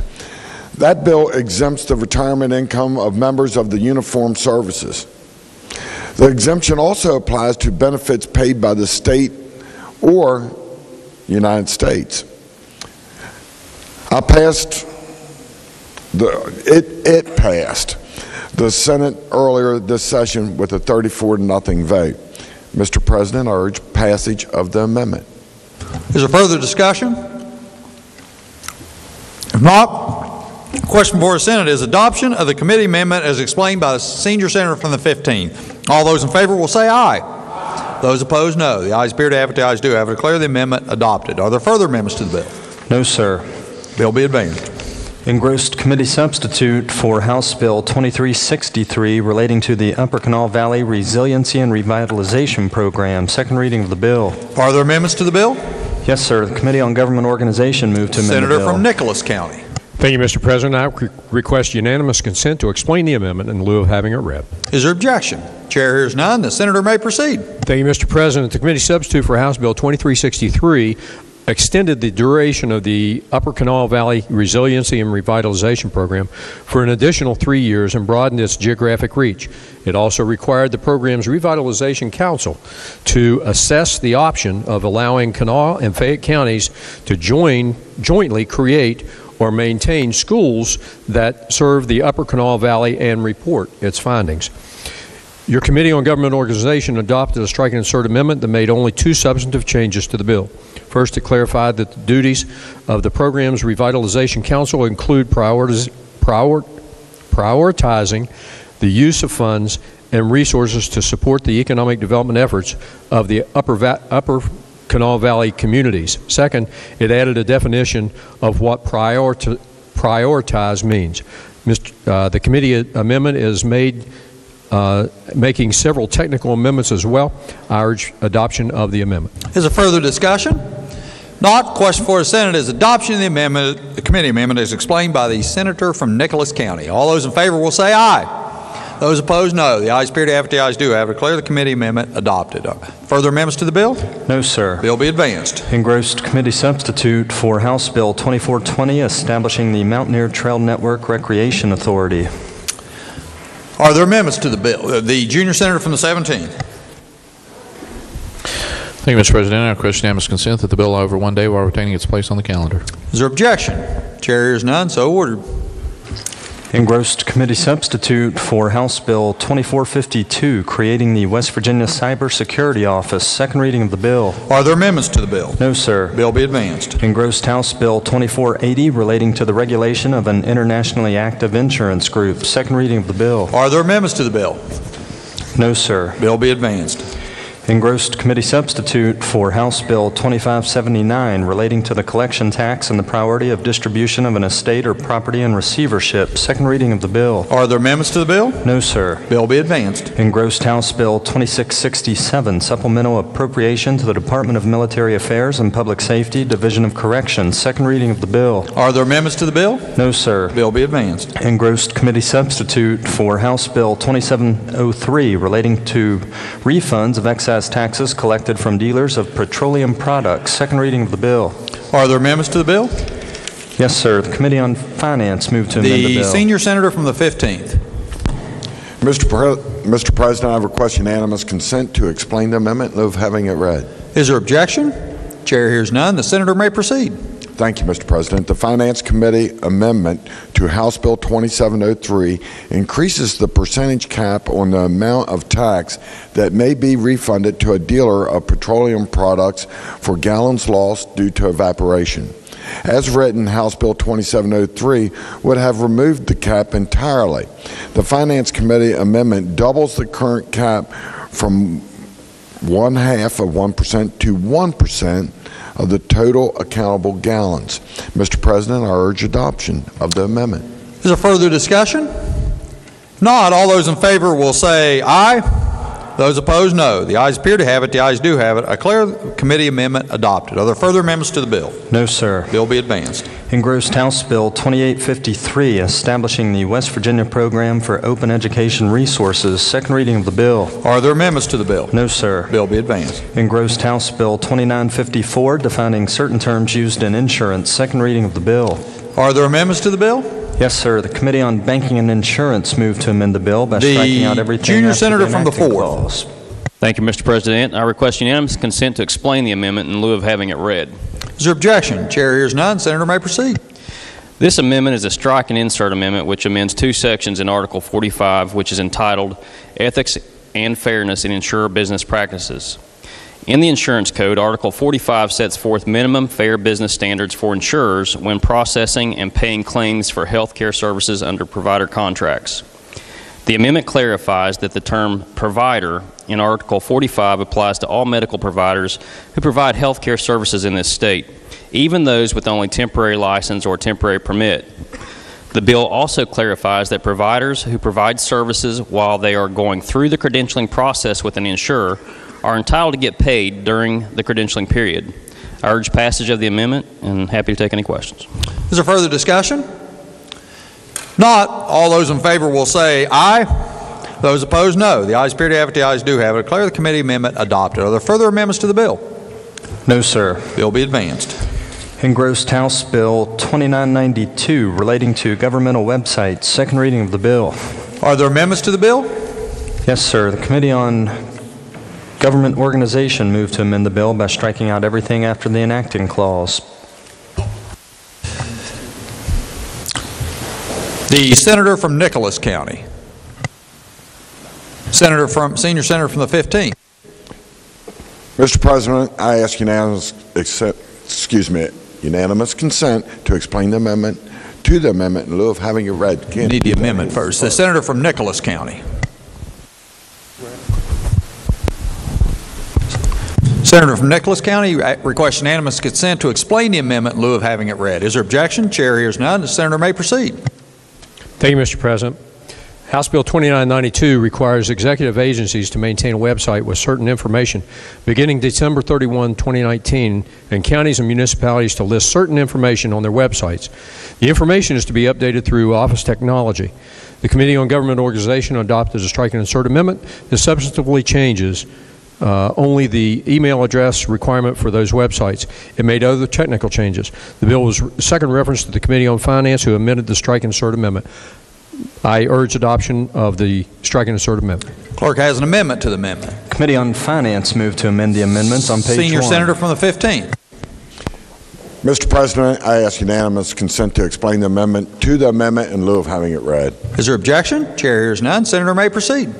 Thank you, Mr. President. The Committee on Government and Organization adopted an amendment to the bill that provided that all agency web pages contain an electronic means of contacting staff members. The Committee on Finance took a more narrow approach to the information that should be maintained on a state agency's web page. And rather than have the ability to contact staff directly, which may lead to phishing, the committee opted instead to require an organizational electronic mail address. Mr. President, I urge adoption of the amendment to the amendment. Is there further discussion? Not. The question before the Senate is adoption of the amendment to the amendment as offered by the senior senator from the 15th. All those in favor will say aye. Those opposed, no. The ayes appear to have it. The ayes do have it. I declare the amendment to the amendment adopted. Are there further amendments to the amendment? No, sir. Not. The question before the Senate is adoption of the amendment as amended, as offered by the senator from Nicholas County. Is there further discussion? Not. All those in favor will say aye. Those opposed, no. The ayes appear to have it. The ayes do have it. I declare the amendment as amended adopted. Are there further amendments to the bill? No, sir. Bill be advanced. Engrossed House Bill 3135, expiring funds to the balance of the Department of Commerce Development Office. Second reading of the bill. Are there amendments to the bill? Yes, sir. The Committee on Finance moved to amend the bill on page 1, line 4 by striking out 3006 and inserting in lieu thereof 3014. Question for the Senate is adoption of the amendment. Is there discussion? The senior senator from the 15th. Mr. President, I request unanimous consent to explain the amendment in lieu of having it read. Senator may proceed. Thank you, Mr. President. The proposed committee amendment for House Bill 3135 is a technical correction which fixes an incorrect fund number. Mr. President, I urge adoption of the amendment. Is there further discussion? Not. The question for the Senate is adoption of the amendment as explained by the senior senator from the 15th. All those in favor will say aye. Those opposed, no. The ayes appear to have it. The ayes do have it. I declare the amendment adopted. Are there further amendments to the bill? No, sir. Bill be advanced. Engrossed House Bill 3144, North Central Appalachian Coal Severance Tax Rebate Act. Second reading of the bill.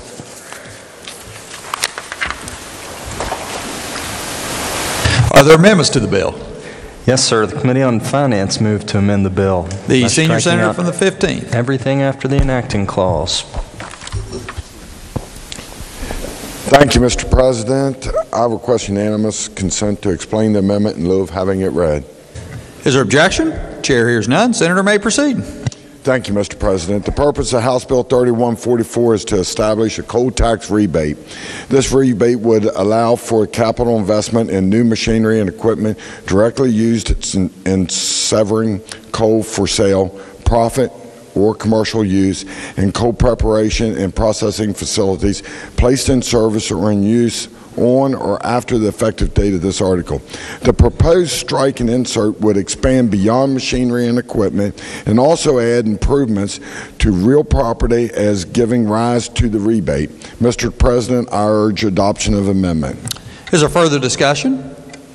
Not. Question for the Senate is adoption of the committee amendment as explained by the senior senator from the 15th. All those in favor will say aye. Those opposed, no. The ayes appear to have it. The ayes do have it. I declare the committee amendment adopted. Are there further amendments to the bill? No, sir. Bill be advanced. Further bills on second reading? No, sir. Bills on first reading. The junior senator from the 17th. Thank you, Mr. President. I request unanimous consent that all bills on first reading be considered read at first time and advance to second reading. Is there objection? Chair hears none, so ordered. Introduction of guests. Remarks by members of the Senate. The senior senator from the 17th. Thank you, Mr. President. Just real briefly, want to make a couple remarks. On Monday, As you're aware, school officials in Kanawha County announced that the opening of Herbert Hoover High School would be delayed another year till 2022, and Clendenin Elementary School will be delayed another year until 2021. What is happening to the kids in this area is despicable. The flood that everyone is aware of that occurred in June of 2016 in my district, the junior senator from the 17th, senator from the 8th, Greenbrier, ravaged large parts of this state. And the kids in the Elk River area continue to suffer. We're 2.5 years after the flood, and nothing's been done to replace those schools. You've got students who are going to spend their entire high school career in portables. The governor likes to comment and brag about his close relationship with the president. I call on the governor to reach out to the president because it's his FEMA that is holding up the construction of these new schools. Again, Mr. President, we're sitting here 2.5 years after these floods occurred. Almost 3 years. At this point, we're in March. Almost 3 years after the flood, and there's no progress. Zero progress made on these schools. There's no reason that this should be occurring, Mr. President. And there's nothing that the folks in Kanawha County can do about it. They can't buy a piece of property. They can't put a shovel on the ground until FEMA gives them their approval, and they've been withholding it and delaying it and delaying it and delaying it. We're going to have entire classes of kids go through Herbert Hoover High School that never set foot in a building. It's despicable. So the governor, he's your friend. He's your friend. Call him and make something happen, because this is wrong. Further remarks. Further remarks. The senator from Tucker County. Thank you, Mr. President. I just want to give an update that Greenbrier East beat Huntington 54-50, and the governor's office will be closed probably the rest of the week. Thank you. Further remarks. The senator from Marion County. Mr. President, I ask unanimous consent that the remarks by the senior from the 17th be printed in the appendix of the journal. Without objection, so ordered. Senior senator from the 6th. Thank you, Mr. President. My heart goes out to those students in the area that the senator from Kanawha was speaking of.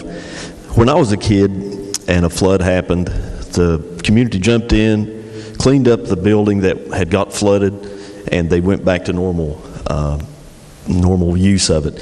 My grandmother's house, as a matter of fact, in the 77 flood got, completely filled with muddy water, and my uncles and my family jumped in, cleaned the house out, washed it out, and as a kid I remember nothing, no effects of the flood. I think we're kind of worried about this federal money that we're hoping to get, instead of just doing the right thing. I'm just merely going on rumors, but I heard that the school was not structurally damaged, but they ran in and raised it instead of just cleaning it up, getting the students back in it. But so what I heard was there would be no federal money sent to that school if they cleaned it up and got it back in service. So, from what I hear, we're just hoping to get some federal money. So we will wait until we get that federal money and then get the kids back in school. But to me, in hindsight, the right thing to do would have been to clean it up and got it back in service, and then, it saved federal money, because that federal money that we're getting is technically our taxpayer money anyway. So, it may have cost us a little bit of cleanup, but in hindsight, I think we should be more worried about serving our students instead of trying to get federal money. Thank you, Mr. President. Further remarks. The senator from Greenbrier County. Thank you, Mr. President. I just want to very briefly, respond to comments we've had this morning. We have a joint committee on flooding.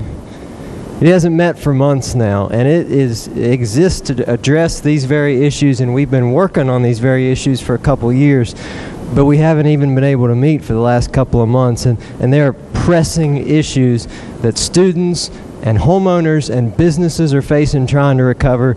We need to convene that and get together. Thank you, Mr. President. Further remarks? Further remarks.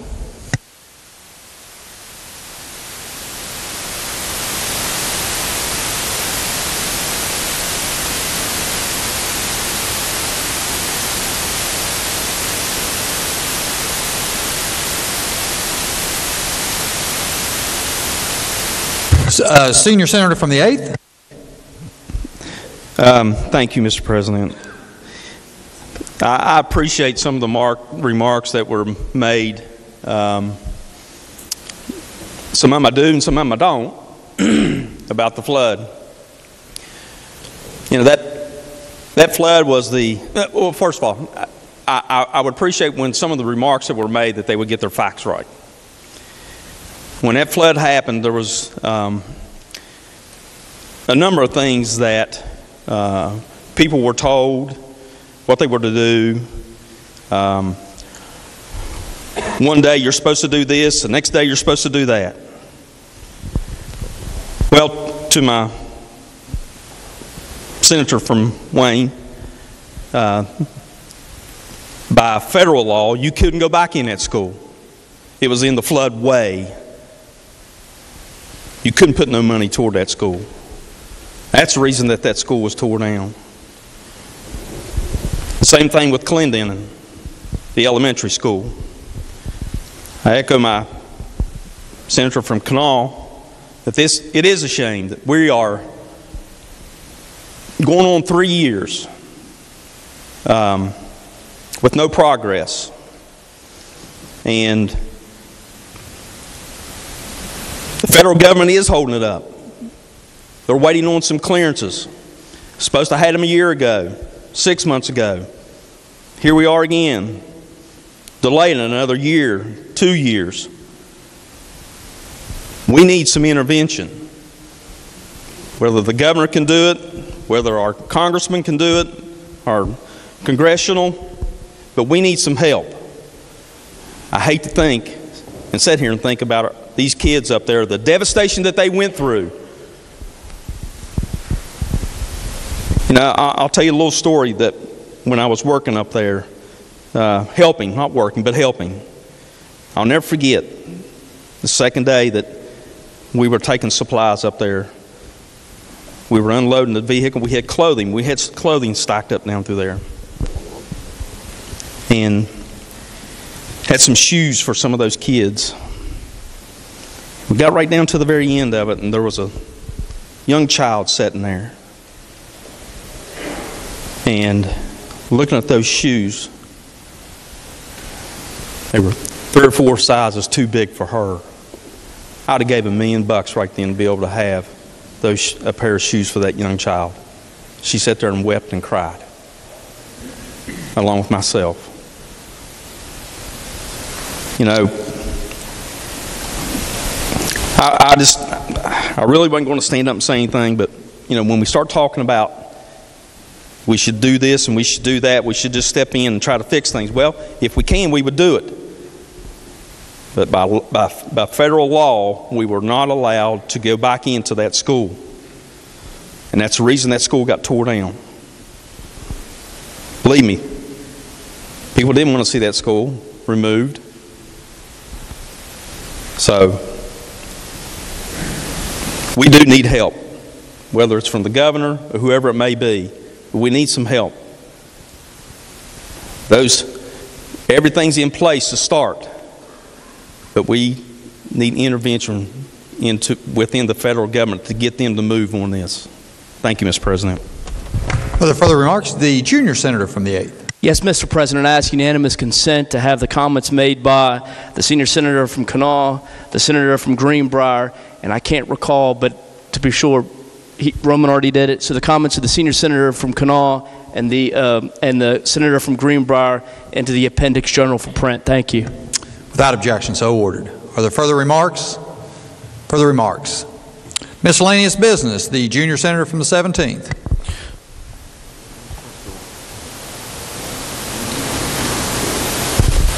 Pending announcements, I move the Senate stand in recess until 6 p.m. Are there announcements? The senator from Brooke County.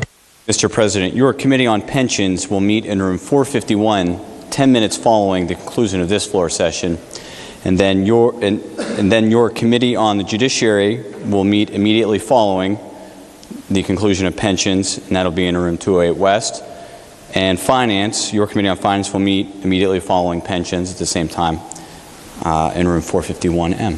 Thank you, Mr. President. Are there further announcements? The senator from Marshall County. Thank you, Mr. President. I just wanted to inform everybody that the Committee on Health will be meeting tomorrow, or at least plan on meeting tomorrow at 1 p.m. in 451M. Senator from Jefferson County. Yes, thank you, Mr. President. Your Committee on Education will meet tomorrow at 2 o'clock. It should be a short meeting, and the agenda will be posted.